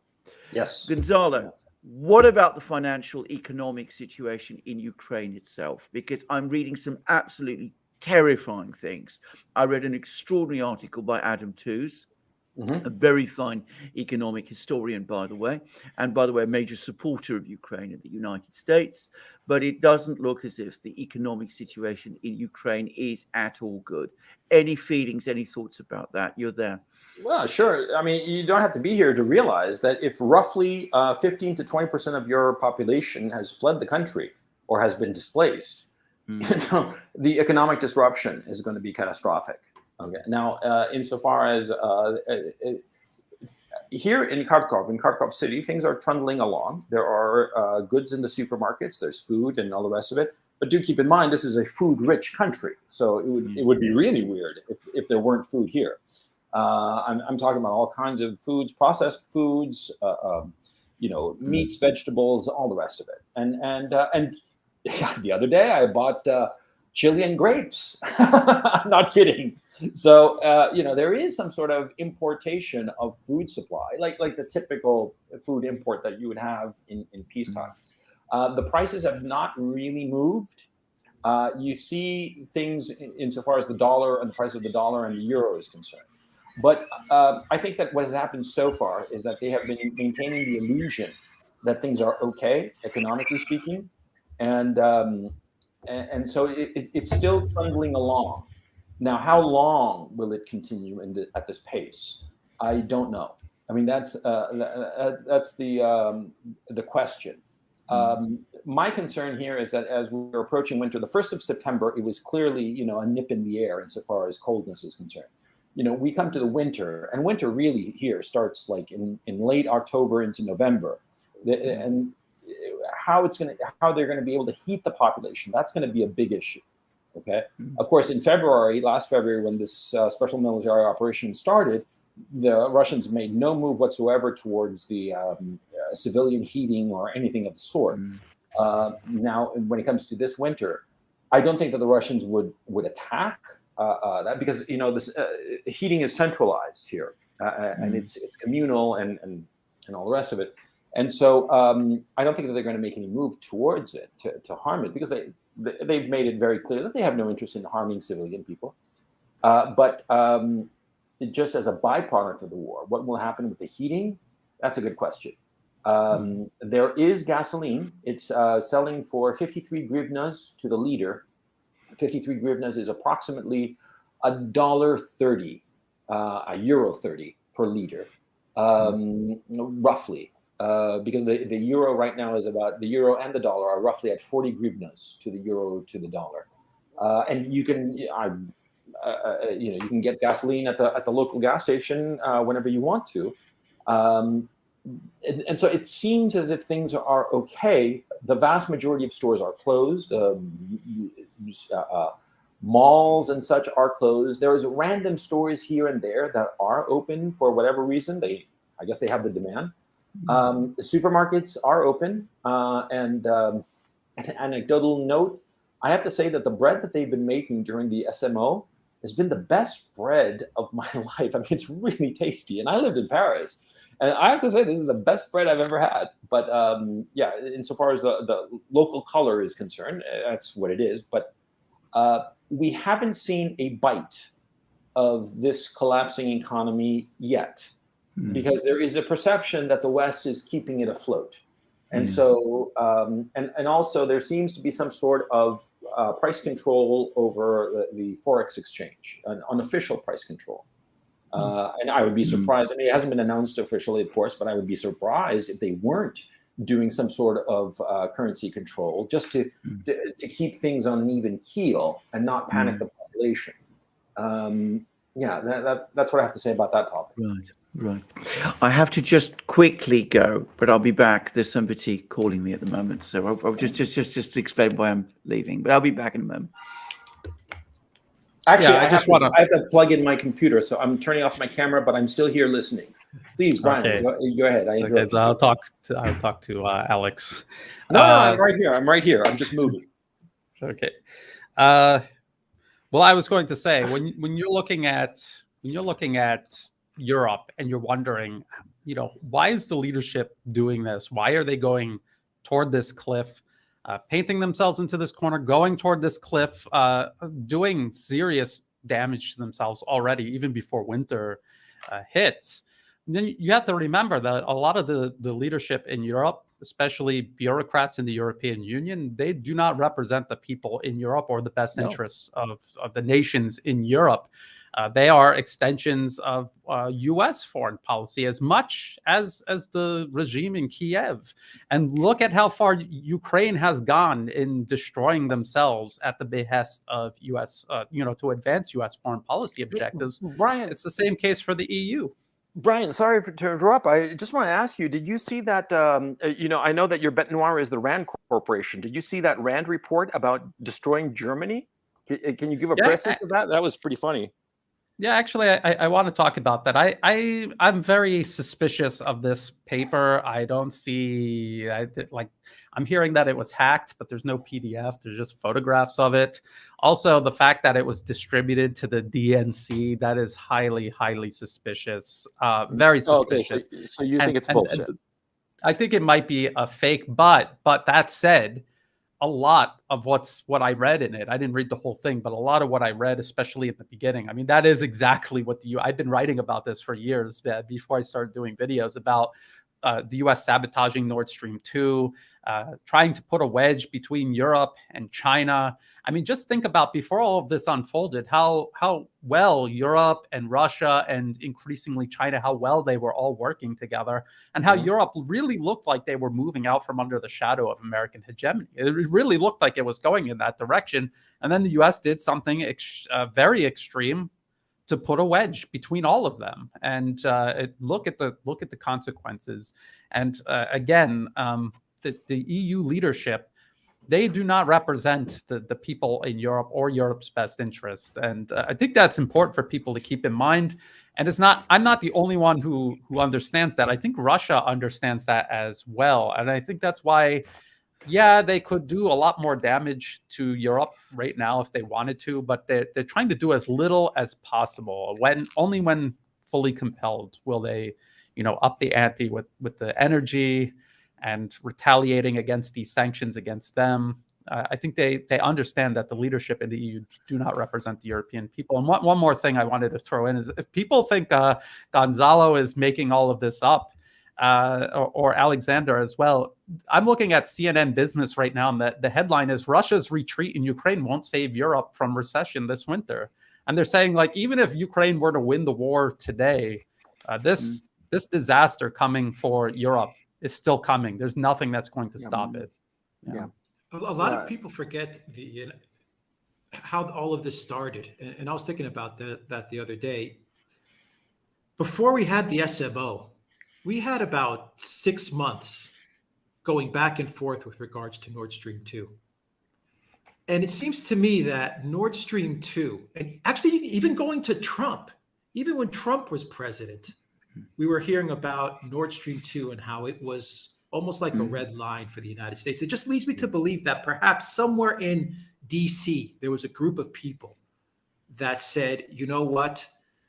Germany's move towards Nord Stream 2 and the fact that they're going to actually go for it, and now they're about to open it, is a bridge too far. And not only is it perhaps the right time to go after Russia with Ukraine, but perhaps we can use that to bring Germany to heel in a way. I mean, to take Germany out.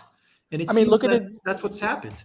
Yeah, look at it from the point of view of the Americans. If Nord Stream 2 had opened up, then it would have been a vulnerability that Germany would always have, and that would mean that Germany would always side with Russia. And that possibility was simply intolerable to the Americans. The existence of Nord Stream 2, it's working. I mean, if gas had ever flown through Nord Stream 2, would have meant that the Germans would always side with the Russians, because it would have been their their lifeline, their oxygen tube. They would never cut it. So they had to cut it somehow or other before it actually got started, because once it got started, that was the game over.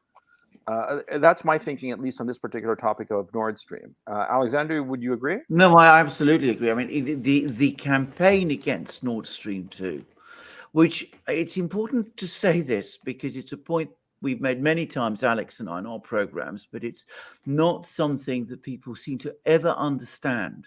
Nord Stream 2 was requested by the Germans. Yeah. It's the Germany that actually wanted Nord Stream 2 built. It was mooted firstly during the Schroeder years, but it was not moved forward with then. And then, of course, when Angela Merkel came along in 2015, after Germany had already imposed sanctions on Russia because of Ukraine, because of the Ukraine crisis, the Russians were very, very skeptical. And it was only because Putin had this relationship with Germany, this connection, this feeling for Germany, and because, he was anxious to maintain some kind of relationship with Merkel, and because he probably thought that Merkel coming along and asking for a pipeline meant that she would actually help to sort the Ukraine business out, that he spoke to the people at Gazprom and he said, let's go ahead with this. And from that moment on, the story in Europe, in European politics, it has been about Nord Stream 2. I mean, it's been East-West relations have been dominated by an, in my opinion, by the way, wildly exaggerated reaction to the importance of this pipeline. To be very clear, if the pipeline had been built, if it had gone into operation, I don't personally think that it would have changed Germany's political alignments. It was only important in the beliefs of people in London and Washington. They're incredibly nervous always about the Germans and the Russians getting too close. So to a great extent, the whole Ukraine crisis has been leveraged to that end. And I read the Russian ambassador to Berlin.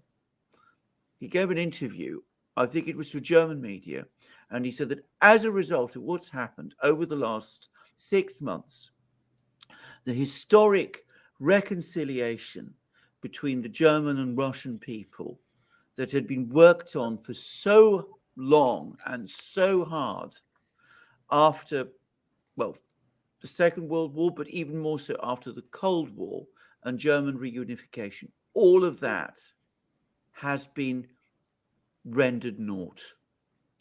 So in that one respect, one has to say that the people in Washington and London got what they wanted. Yeah, because it seems that the policy in Washington is really to create as much chaos as possible. And the empire of chaos, and they don't care who gets smashed along the way. Yeah, but you know, and this is I want to mention this with Brian. I mean, what you're doing though is you're weakening one of your key allies. Yeah. I mean, because Germany is an ally of the United States. It's a loyal ally of the United States on every big international question, except perhaps Iraq. But every other big international question, the Germans have always been there with the Americans, loyally supporting them. They sent troops to Afghanistan. They've supported them over Syria. They supported them on everything. So they've been dealt this terrible blow, which, by the way, they're still in denial about. And of course, some Germans even support it. But ultimately, if Germany is weakened, how does that help the United States to weaken your own key allies in this way? I mean, this is what I simply do not understand. It again shows, to my mind, a political leadership in Washington that has become so entangled in its schemes that it's losing sight of the larger plot. Well, Alexander, I think that the whole rationale of hurting your closest allies is precisely to pull them down, so that you can maintain, if only the appearance of leverage over them. I think that's the thing, and it's because the American leadership for the last at least 20 years has thrown in the towel in terms of actually elevating the United States. There are no, great like interstate highway projects or interstate, hyper fast trains or something like that. There are no dreams to raise up the people of America. The leadership class has thrown in the towel insofar as trying to raise up its own country. For some reason, they just gave up on that ambition. And now that they see that the United States is falling, and we see horrifying videos of the state of affairs, the social state of affairs in the United States, I think that in their mind, it's like, well, if we're not number one, let's pull everybody down lower. This is an irrational point of view that I'm expressing, but I think that this would explain their behavior. I don't know if you guys agree. Well, can I just say then, in that case, I'm going to put this directly to Brian, because, you're in the Far East. Isn't that the exact opposite of what China is doing? Isn't that the exact opposite of what China is doing in Samarkand? They're not only building alliances, they're working to strengthen their allies. I mean, they're building economic links, they're building pipelines, they're building roads, they're building railways. They're actually working to make their allies stronger, not weaker. Isn't that more logical? Yeah, Gonzalo's right. The United States has no vision. They're utterly obsessed with chasing hegemony. They aren't even stopping and thinking whether they should. That is how obsessed they are with it, and it shows. So you remember freedom gas. The U.S. was saying freedom gas, Europe should have the right to choose, but really what the U.S. was doing was imposing U.S. LNG on Europe. And think about the implications of that. Even if Germany is able to replace the physical volume that it was getting from Russia with U.S. LNG, it'll always be more expensive. And Russian energy going to China, and already an industrial powerhouse, is going to always have the advantage over Europe. the U.S. and Europe will just continue declining. And absolutely, a lot of people are worried about the rise of China and trading one hegemony for another.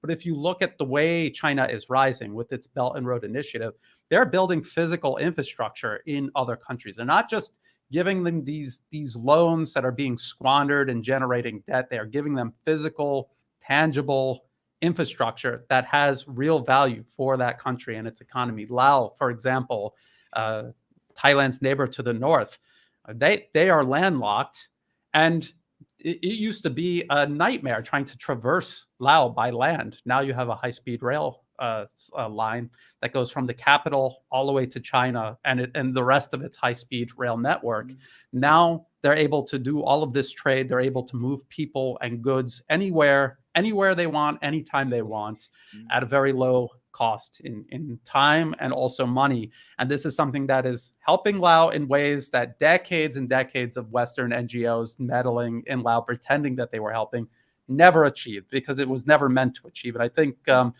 Gonzalo said it right. I think we saw some comments in the chat about the U.S. doesn't have any allies. They're interested in subordinating absolutely everyone to them. Mm-hmm. They don't want Germany to be an ally with an independent foreign policy. They want Germany to be an extension of U.S. foreign policy. And I think everything that we see the U.S. do and everything that the German leadership succumbs to, I mean, that all is in that direction, feeding into U.S. foreign policies, even at the cost of Germany's future. And again, Kiev is a client regime of the United States to a very high degree. So is the bureaucrats of the European Union. And look at what happened to Ukraine. If you're wondering how bad it could get in the European Union, look at Ukraine. That's how bad it can get. Isn't that the point, though, that Germany was acting as a sovereign nation when it decided to go forward with Nord Stream 2? And isn't that the overarching theme? I'm throwing this to all of you guys because it's not so much, to me, I'm looking at it, it's not so much as America or Canada or any other country in the collective West. To me, it's more about the fact that all of these people in power, if they really do have power, if there's some other force above them, they don't see themselves as belonging to a country. I mean, I think that's the essence of like globalism and even neoliberal globalism. To them, they see themselves as sitting on top of just a collection of institutions or unions or whatever, the EU and NATO and all of these things. And so I think like a lot of people, in the collective West, the leadership, they don't really feel a connection to the United States or to Germany or to Canada or to the Netherlands. They see themselves as something above. Yeah. And when they see Germany or Merkel, who's one of their own, she's part of the club, when they see her speaking with a country that is proud to say they're sovereign, at least has the image of a sovereign nation like Russia, and they boast about it.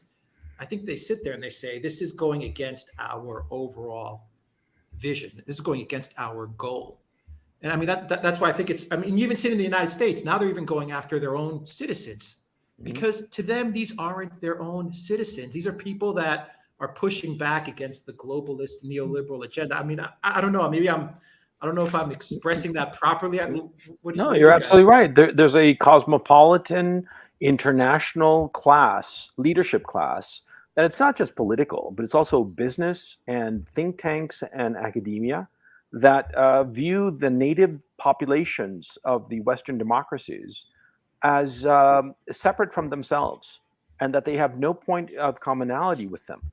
And after all, think of it, these people, the schools that they went to, they were the better schools, many of them private schools. They went into the right universities and then the right internships and the right NGOs and the right academic posts and what have you. And they have no connection whatsoever with the working classes of their own countries.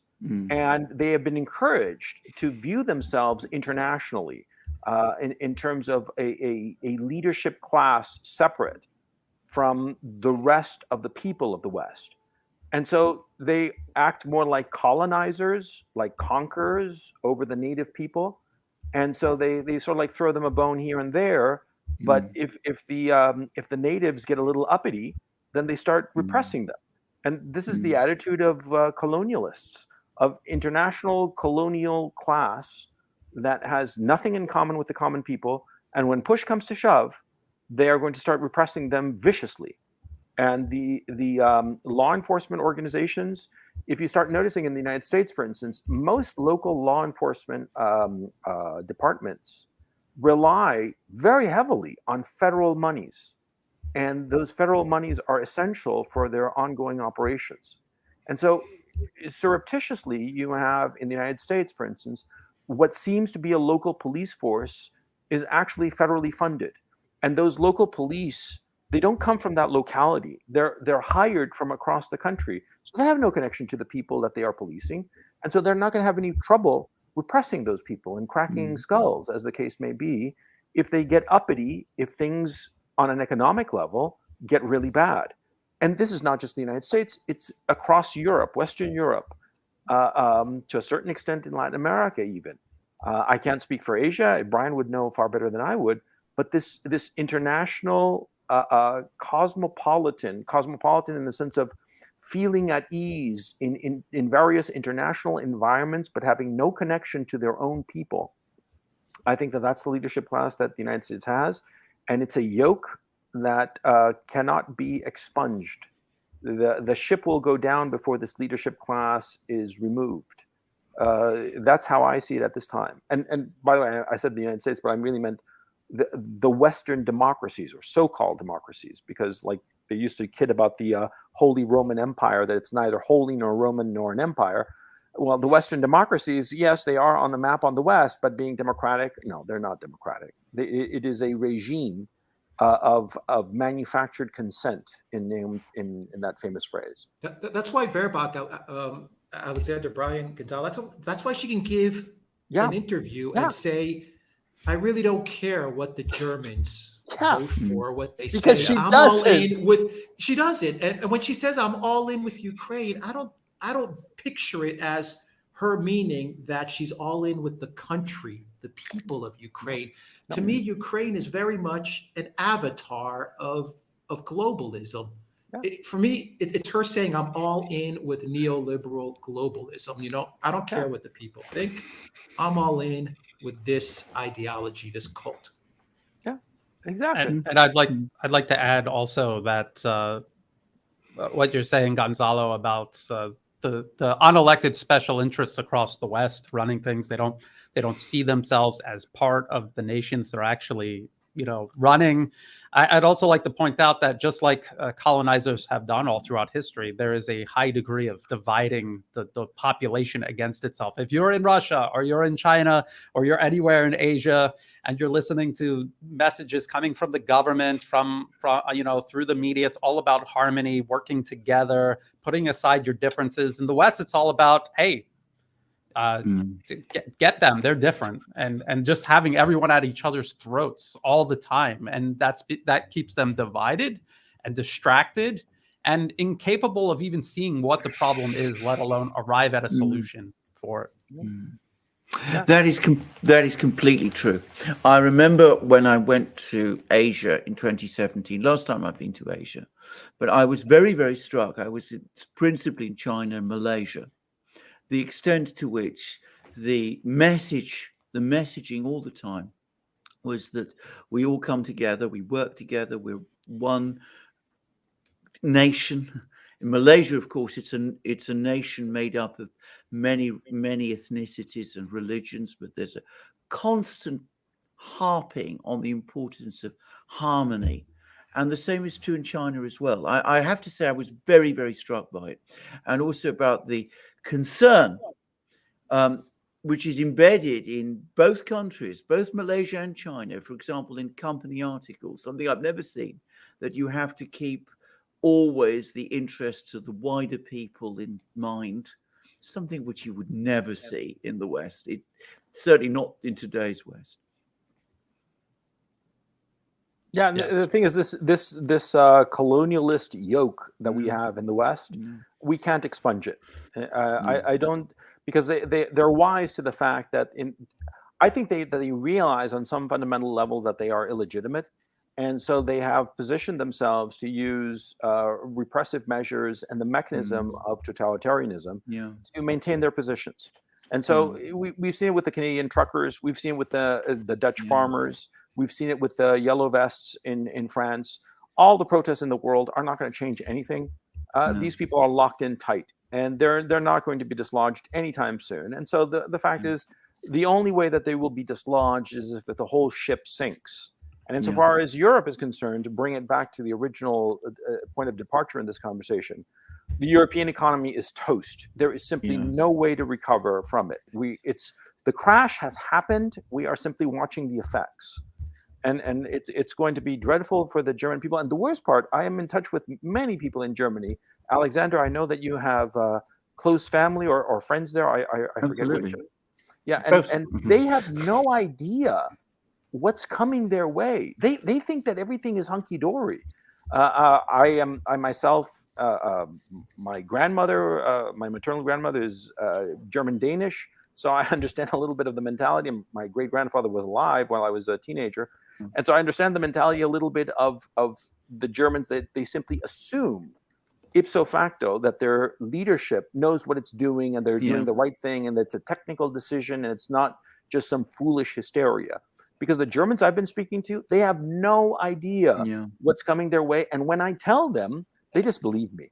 Alexander, has that been your experience? Well, it depends very much on whom you speak to in Germany. I want to say that very immediately. I mean, if you're talking to middle-class people who have done very well over the last 30 years, in fact, long before that, I mean, they have enormous trust in authority. They still have great confidence in the government. They can't quite believe that things are going to change, because they've never changed before. They always assume that everything's going to be all right in the end in Germany for them. But if you're talking about people lower down the social scale, workers, factory workers, those sort of people. And, I have contacts there as well. They are becoming extremely concerned and very nervous. And you can see that in the reception that Olaf Scholz, for example, gets when he travels around Germany and talks at town halls and things of that kind. He's coming in now for increasing amounts of criticisms from people. So Germany's going to take time because, as I said, there is this huge sense of trust, of confidence in authority, which is built up because Germany's been so economically successful and so prosperous for so long. In other places, you don't see that. So you see in Britain, you see in Italy, you see in Spain, you see in Sweden, you see there, you saw that in the Czech Republic. You see in these sort of places that people are much more angry and much more provoked by what's happening and much more willing to sort of speak out about that. However, I have to say this, don't assume that because people in Britain and Italy and Spain and all these other places are angry and concerned, that they're necessarily going to come out and protest. Maybe they will. In France, I suspect they probably will, because that's the tradition there. But in much of Europe, people are very, very intimidated, and they've lost the tradition of protest. So don't assume it's going to happen. You see it in Greece, Alexander. You're exactly right. Yeah. 10, 15 years ago, the Greeks would be out on the street every day. Now, there's not. Well, they're not doing it.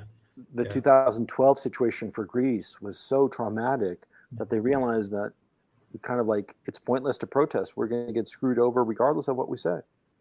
Yeah. Do you guys have the feeling that in relation to Germany, or at least the EU, probably the entire collective West, that a lot of the exercises that they're going through with regards to, say, the Kharkov counteroffensive, and then building it up as this great victory, this incredible military achievement from Zelensky, and then you have the statement from Borrell where he's telling all of the citizens of Europe, look, just take a look at what happened in Kharkov. We got to keep this war going just a little bit longer. Do you have the sense that?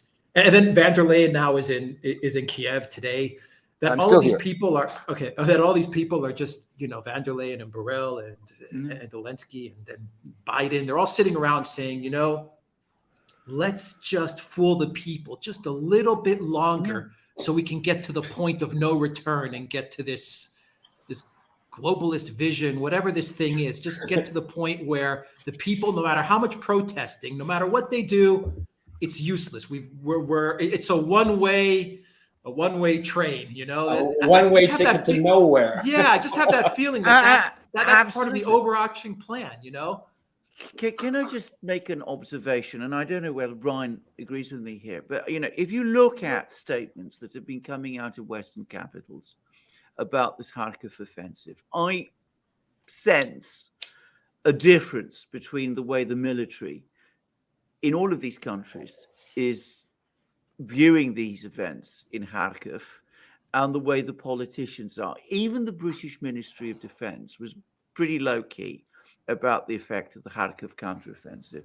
They've even admitted this morning that the Russians pulled out of Kharkiv in good order, which is quite a big admission coming from the British Ministry of Defense, I have to say. My sense, and Brian, you're the person who follows the Pentagon briefings with incredible attention and enormous interest. I got the sense that the military there were also rather less than impressed if you sort of pass their words carefully than you might expect from some of the sort of euphoric headlines that you're getting. But alongside that, you get people like Borrell, Ursula, no doubt before very long, the leader writer for The Guardian here in Britain. This is victory. This is the great triumph. We're on the move.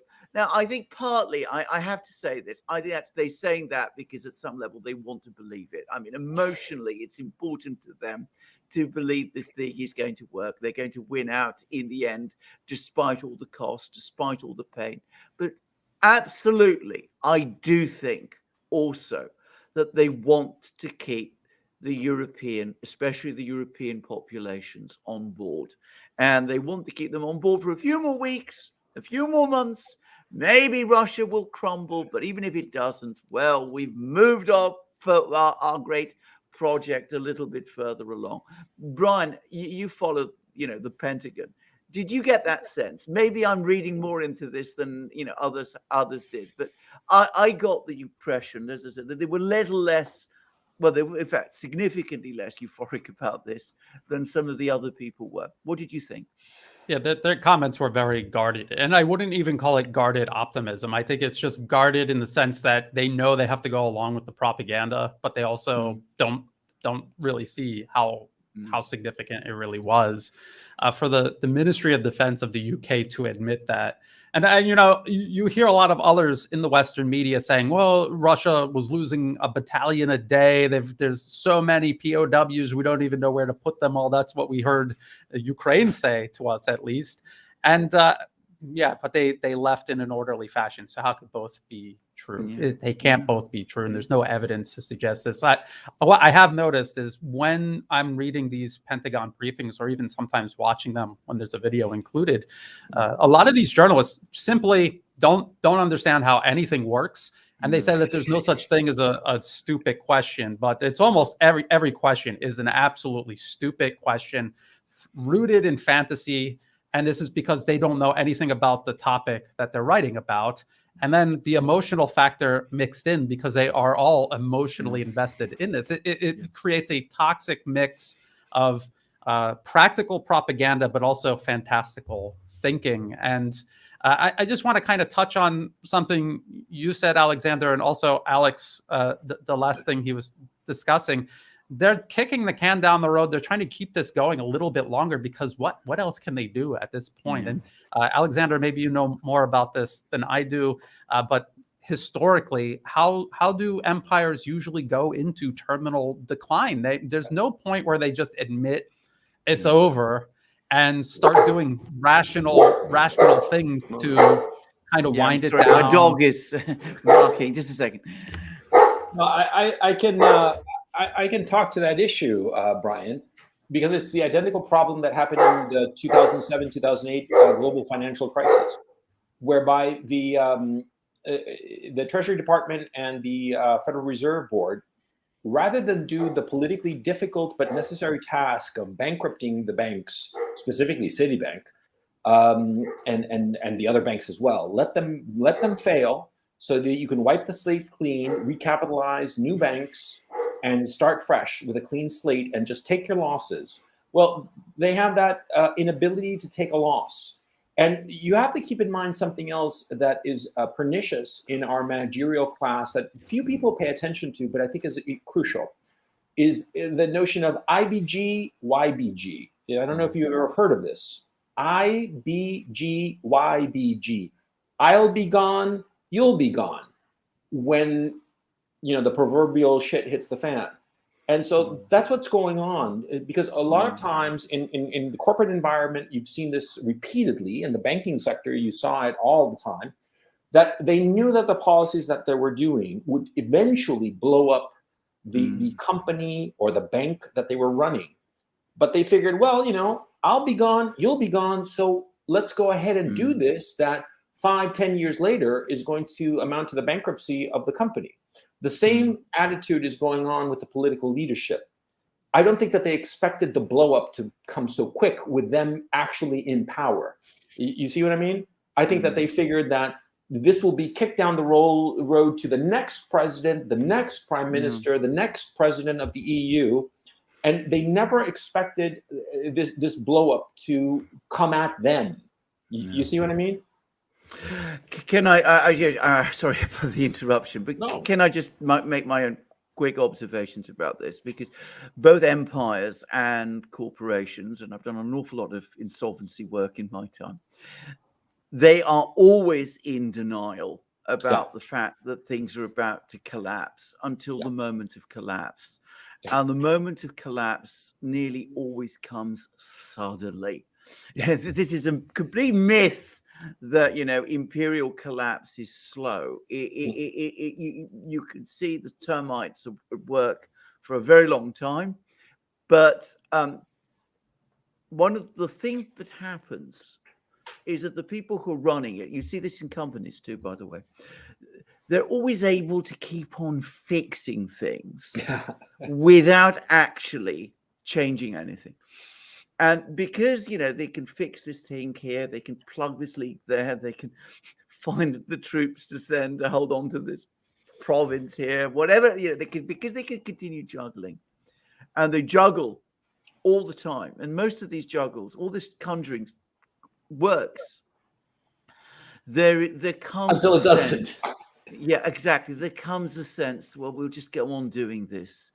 And of course, what eventually happens is, if you're using the metaphor of the juggler with all the balls in the air, eventually they do start to fall. And you can't just keep them up. You can't defy gravity indefinitely.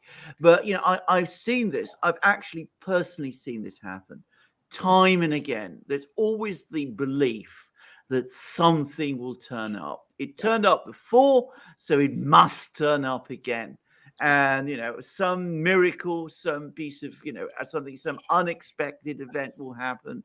There'll be some kind of, Russia will implode. There'll be the housing market in China will drag down the entire economy there. We've always survived before, so that must mean that we'll survive again. And it never works. Sooner or later, reality always hits. There is a very, very famous French historian whom I briefly knew, called Ferdinand Braudel, who wrote also all these vast panoramic studies, about, the Mediterranean world and the age of Philip II and all of that.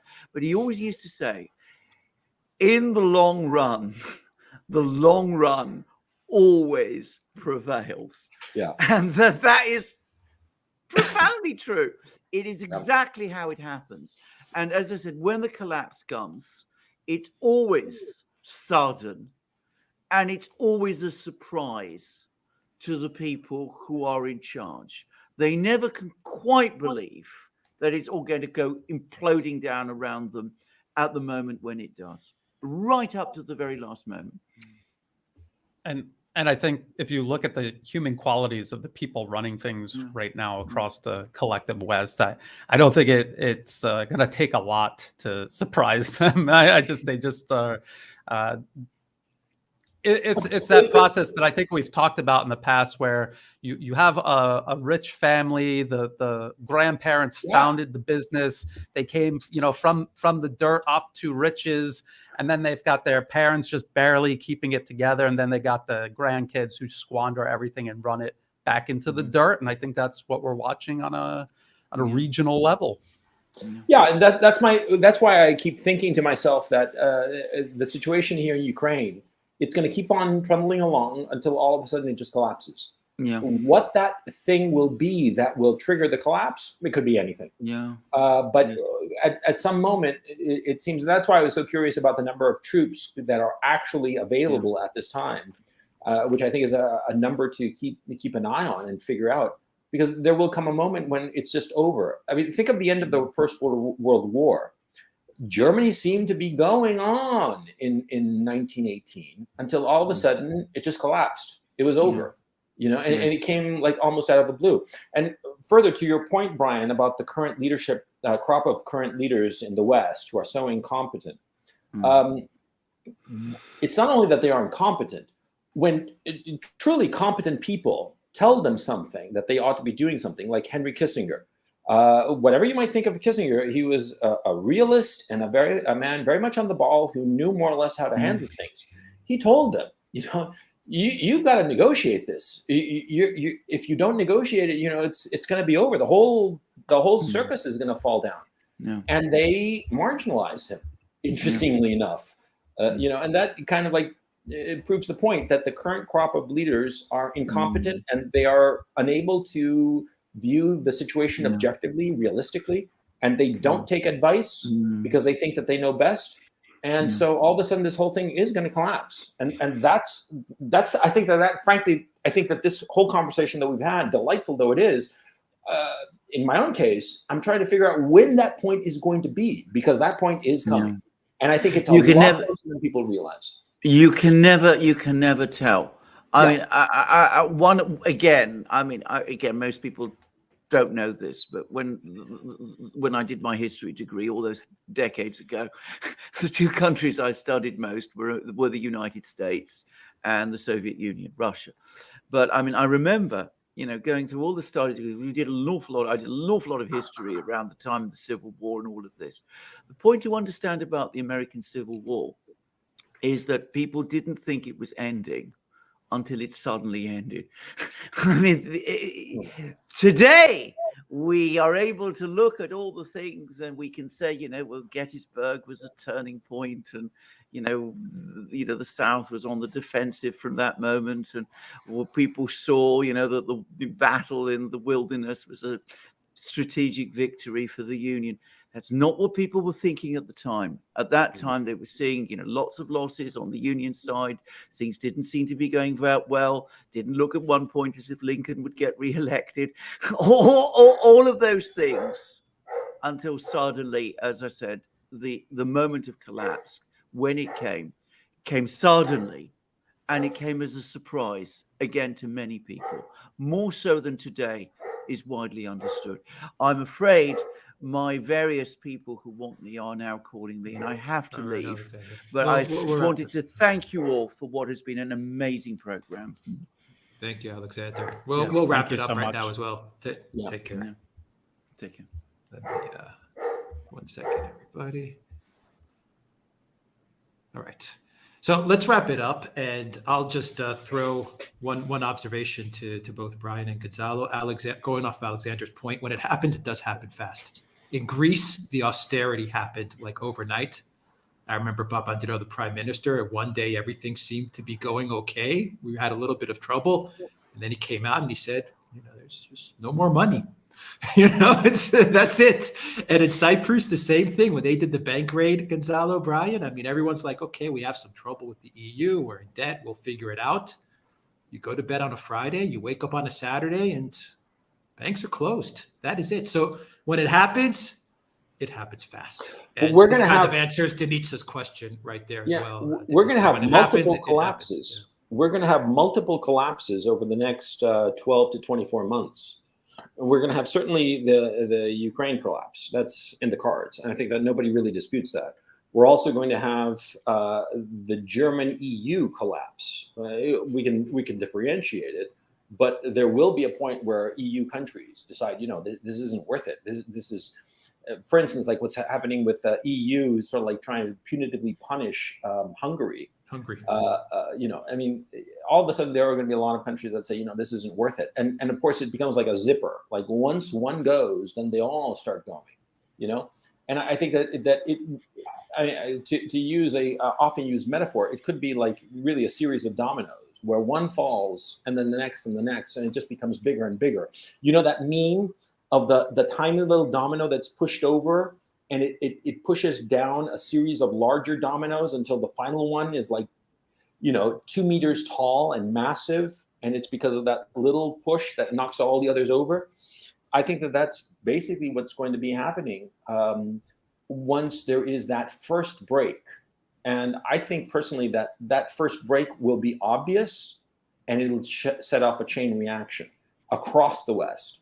And I think that the Chinese, the Eurasians, are sufficiently armored against the effects of it, partly because of the sanctions, that they're not going to be that affected by it. And it'll be, sure, a hit because of loss of customers and such, but it's not going to be existential. Whereas in the West, it will be existential. From Ukraine, across Europe, to the Americas, to Oceania. That's my thinking at this point, and that collapse is going to happen 12 to 24 months. What do you guys think? I think it's hard to predict because, I've been long before I ever started writing articles or doing videos, I had followed, the alternative media for the longest time. They were always predicting, the dollar is going to collapse this year, and it never happened. But if you look back over all of that time, the U.S. has certainly visibly declined. I mean, drastically. It hasn't collapsed, but it has declined. I think it goes back to what Alexander was saying just before he departed. It happens gradually. People are trying to put these temporary fixes, kick it down the road a little bit further, but then when it's unsustainable, it comes apart. We just don't know when that will be. And Gonzalo, you're talking about the sanctions. Well, this is the whole reason behind the collapse in the first place. They're doing it to themselves instead of working with other nations as not equals, but I'm a nation among nations rather than a nation above all other nations. If they could just do that transition, all of this is avoidable. They don't have to be a global hegemon to be powerful and to have respect globally. They could do that easily without doing it this way. But it's this mindset. It's a mindset that stretches back generations that unfortunately they have to collapse and fail. And hopefully another circle of interest will come into power that can wrap their mind around this concept of hegemony when you're a tiny percentage of the population of the world is just not going to happen. It isn't going to happen. Not these days. Yeah. All right. Well said. Well said. Very well said. Let's wrap it up, guys. Okay. All right. And let me ask one final question to wrap it up to both of you, Gonzalo and Brian. Let's bring it back to Ukraine. What are you personally looking at as far as an indication with regards to the conflict in Ukraine that will provide some definitive clarity as to how this is going to resolve itself? Is there something that you're looking at specifically in Ukraine where you're saying, aha, okay, now I see how this is going to end, where this is going to end, in what ways? Or are you still kind of just, I can't figure it out yet? That's a very good question. I personally can't figure it out yet because the avenues of the off-ramps, if you will, I hate to use that expression because it's been used to death, but let's use it. The off-ramps have been systematically closed by the West. The Ukraine regime cannot come to any kind of diplomatic settlement with Russia. So that means that they're going to just continue grinding. Europe cannot replace the lost energy resources. And so they're going to suffer their inevitable fate. But how that plays out, I don't quite know.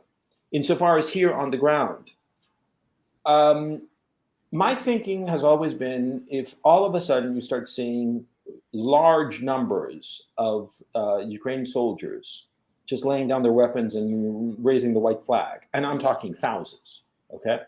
That's when you know it's over here, okay? I think that moment will happen, or a potential coup d'etat by the Ukraine military that gets rid of the Zelensky regime, imprisons them, or kicks them out of the country, however it happens. Because there are no flights, I would suspect that what will happen is that they will be arrested. And I think that it could be that the Ukraine military somehow manages to take over and make friends with the Russians. Perhaps the price will be giving them all the Zelensky regime coterie, the whole clique of them. I mean, it'll be something like that, and it'll be something dramatic, because like this mass surrender, we're talking thousands of troops. There would be videos everywhere seeing this, and it would be the signal that it's over in Ukraine.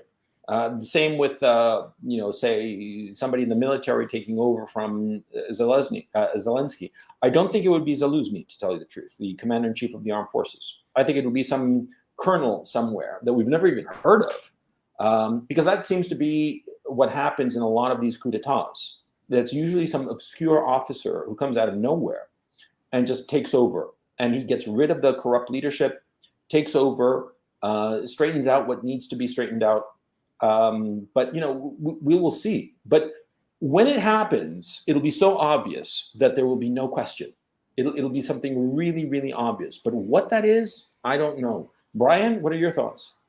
Yeah, well, if there is a coup, I can't imagine it being the Ukrainian general staff who, when they refer to Russia or Russians, uses a lowercase r like children. I can't imagine them trying to make some sort of peace with Russia. But if there was a coup, it probably would be officers lower down on the chain of command. Maybe, I don't know what I'm looking for. We just saw Ukraine launch this offensive. I don't think that it's over yet. I think there's still going to be at least one more attempt.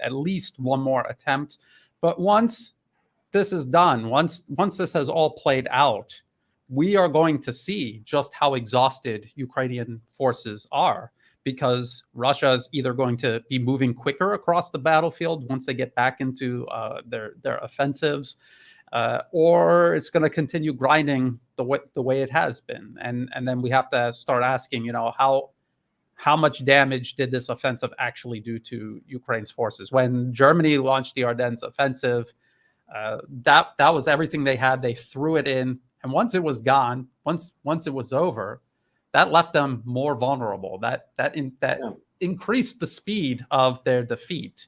And so that's what I'm looking for. I'm looking for the increase of speed of Ukraine's defeat, which, over time, that's what has been happening. Their economy is being destroyed. Their military is being destroyed.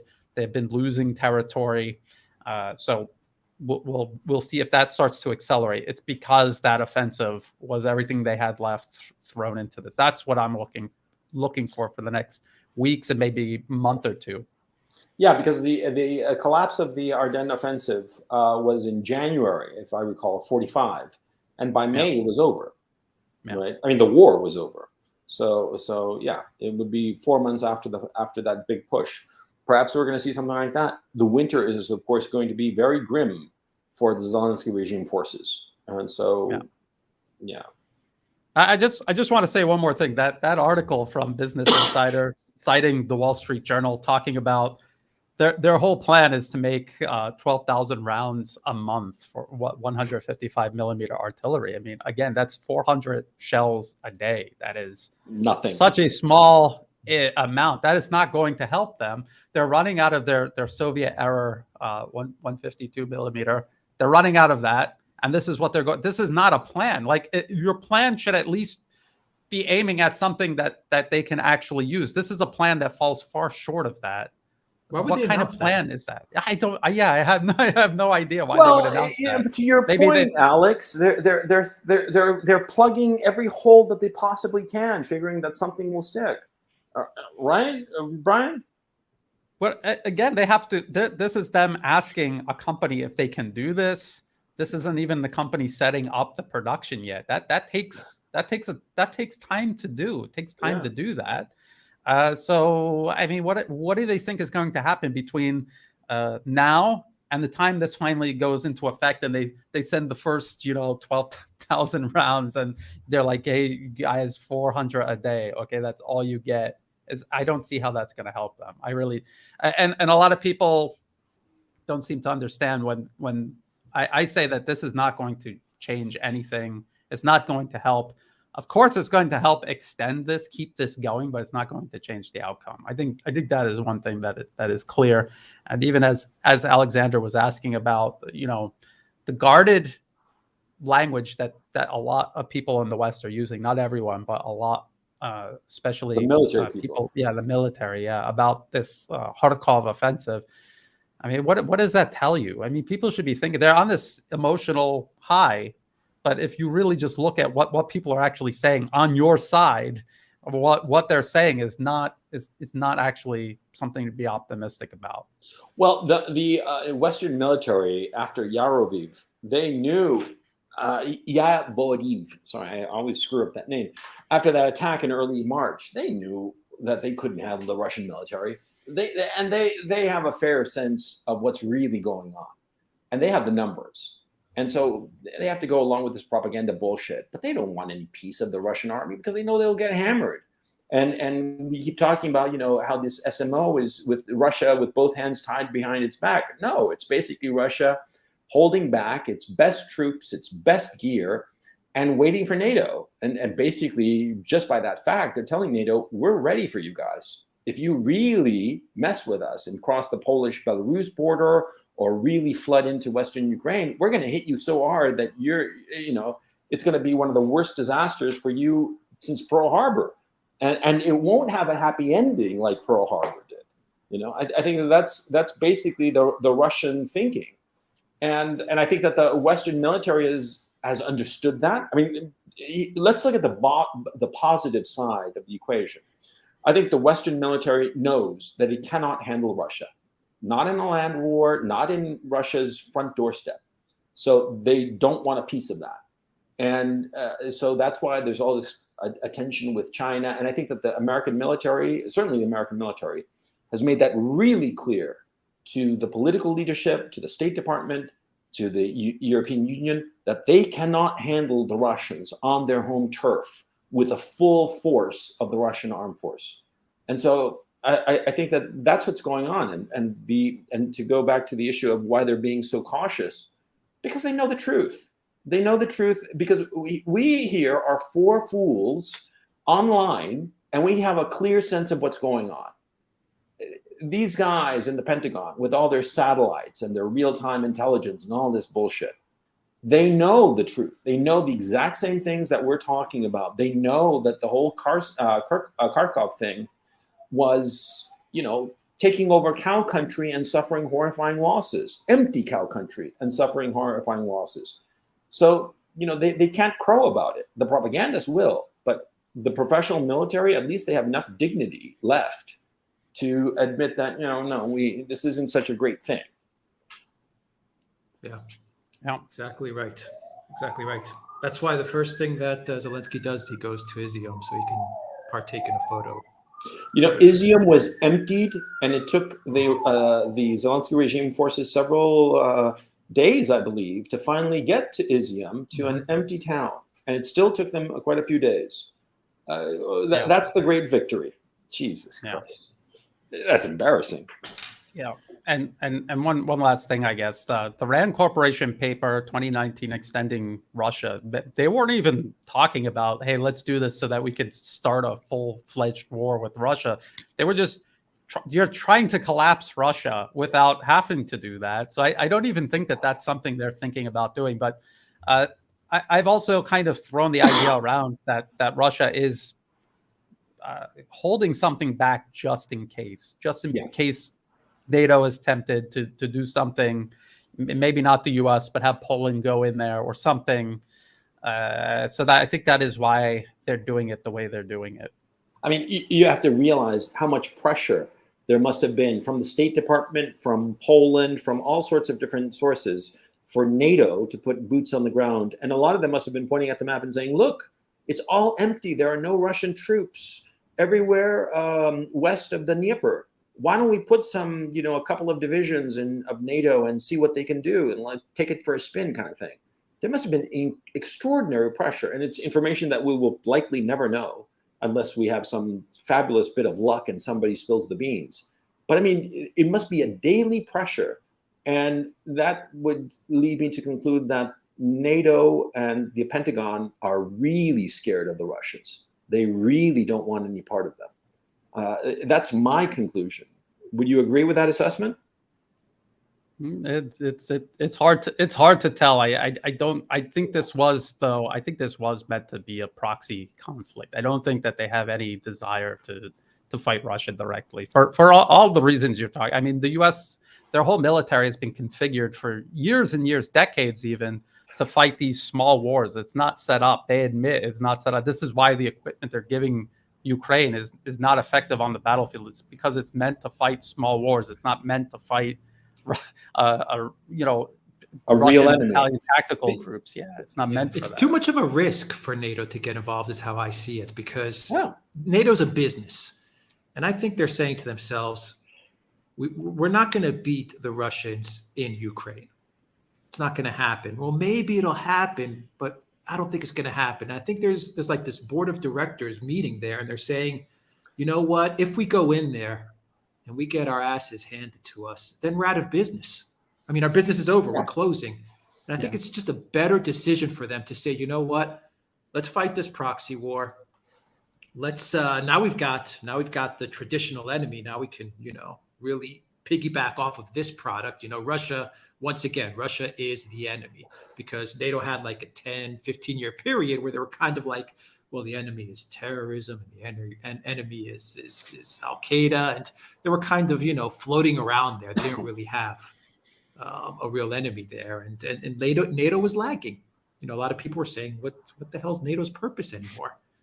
But now they're back in business, baby. They're like, why should we risk the whole business by going into Ukraine when we could do this proxy war, throw Ukraine at them, and then we can build up this enemy again? And now look at us. We're inking, military industrial complex deals. We're making money. We're back. I think they're looking at it like that. And I don't think it's, for them, war is the business, but I don't think they want to fight the war because it could be bad for business if it doesn't work out well. This, I think, is a nice arrangement for them, for NATO. Yeah, that's kind of how I'm looking at it. Yeah, that's a good point. So now you see them selling all of these weapons to Eastern European countries. They're telling, hey, Germany, you got to pick up the slack. France, you need to start building your military up, and we could sell you stuff. And not only that, now they can say to Asia, hey, China's going to do the same thing Russia's doing right now, so you guys should really start buying weapons from us also. So it really, I like that. NATO is a business. That I think that does kind of explain it perfectly. Yeah, expand to Taiwan. Create an Asia Pacific. Now they're talking about. So they're franchising out. I mean, they're expanding. All of this happened just 2.5 years ago. Trump was talking about the U.S. ditching NATO in a way, and now all of a sudden they've turned it all back around. Yeah, this has been great for NATO. Yeah, you're right. You're absolutely right. Look, and on a personal level, the only thing I care about is avoiding a nuclear conflict. That's my great concern. And my thinking has always been that if the West suffered a catastrophic military defeat, a setback that was just you can't explain it away, that it would be the West that would first use nuclear weapons. Just a little, just a tip, just to see how it feels, kind of thing. And from there, anything can happen. And I think that the fact that NATO, certainly now, less than ever, is NATO willing to go boots on the ground I think that they've tried to do that surreptitiously with what I mentioned before, the crews of a lot of these Western weapons. They're obviously professional NATO soldiers, perhaps not officially NATO at this time, but retired contractors, volunteers, call them what you will, and they got a good look at it, and they're like, no, we don't want to go into this because, like you, Alex, said, it'll disturb our apple cart, our money-making scheme, and on the other hand, we'll lose catastrophically. And think of it. Imagine if NATO in April had put a division in Ukraine, in Western Ukraine. The Russians would have hammered it with hypersonic missiles and whatnot. Nothing nuclear. I'm just totally conventional, just like annihilated it. And what would have that meant? 5,000, 7,000 dead NATO troops, U.S. Army, Marines, whatever. The Biden administration, out of insecurity, might have decided to use nuclear weapons. And I mean, I think that was a real possibility at some time. I think it's like I said, it's radically decreased at this time. But that's my only concern as to this, and the inevitability of what's going to happen in Ukraine. Russia's going to take over the whole country. That's just inevitable. It might take a year, it might take 2 or 3 years, but they're going to take it all over. They are never going to allow an independent, truly sovereign Ukraine. They can't, because they have that enemy of NATO. I also think these foreign fighters that we see, former U.S. soldiers, British soldiers going to Ukraine, and once they make contact with the Russian military and they leave, like I think a lot of them, almost most of them, leave because they want nothing to do with that. They're used to fighting people who can't reach them in terms of range, and being able to call in airstrikes and artillery on enemies they hardly ever see. They're used to that. They're used to success and winning. They're not used to watching their friends get vaporized from a tank that they can't even see. It's like 2 kilometers away, and it just vaporized, half their team. They're not used to that, and they don't want any part of that, because there's nothing fun about that. There's nothing adventurous about that. It's horrifying. It's like when they went into Afghanistan and Iraq, it was dangerous, but the probability was much, much lower, because they were not going up against an enemy that had parity in terms of military capabilities. Now they are, or Russia is actually outgunning them at this point. So maybe that's a microcosm of what NATO collectively is thinking when thinking about, hey, let's go fight Russia. I think, no, let's just let Ukraine continue doing it for as long as possible, and let's just keep making that money, just like you said, Alex. Yeah. All NATO has to do, in my opinion, is just, sounds weird to say, they just have to manage this conflict, and then for them it's good business. That's cynical. It's cynical, but if you're NATO and you're making all this money working in the NATO offices, and take a look at their offices, take a look at NATO's offices, take a look at the EU headquarters, take a look at their suits that they're wearing, take a look at the parliament and how nice it is. That's how you know. It's all a freaking racket, all of it. And these guys, I bet you they're scared to death to lose that cushy job at NATO HQ. You know it. They don't want to lose the 20, 30,000 euros a month job doing essentially nothing, taking folder A to office B, and that's their job. PowerPoints. Yeah. Absolutely. Anyway, all right. Let's leave it there then.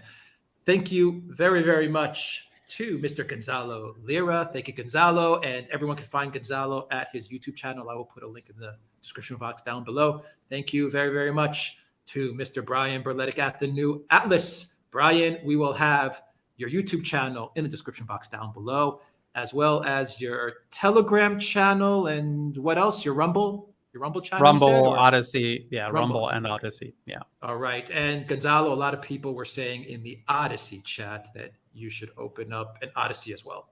Yeah, I'm going to have to, because the big tech is trying to unperson me. So yeah. So there was a lot of chats about you opening up an Odyssey. Don't forget Odyssey, they said. So we will leave it there. Thank you very, very much to our 2 amazing guests, our friends, and thank you very much to Alexander, who had to cut out a little bit early. Thank you to everyone that watched us on Locals, Odyssey, Rumble, and YouTube. Thank you to our moderators, Zarael, Who else? Reckless Abandon, Alice in Blunderland. Thank you to Gonzalo Lira moderating. Thank you to me for moderating. And we will answer all the questions that everyone gave us in a dedicated video as well. Take care, everybody. Yes, thank you. Thank you. It was a pleasure. Yeah, thank you so very much. Thanks, Take chat. care.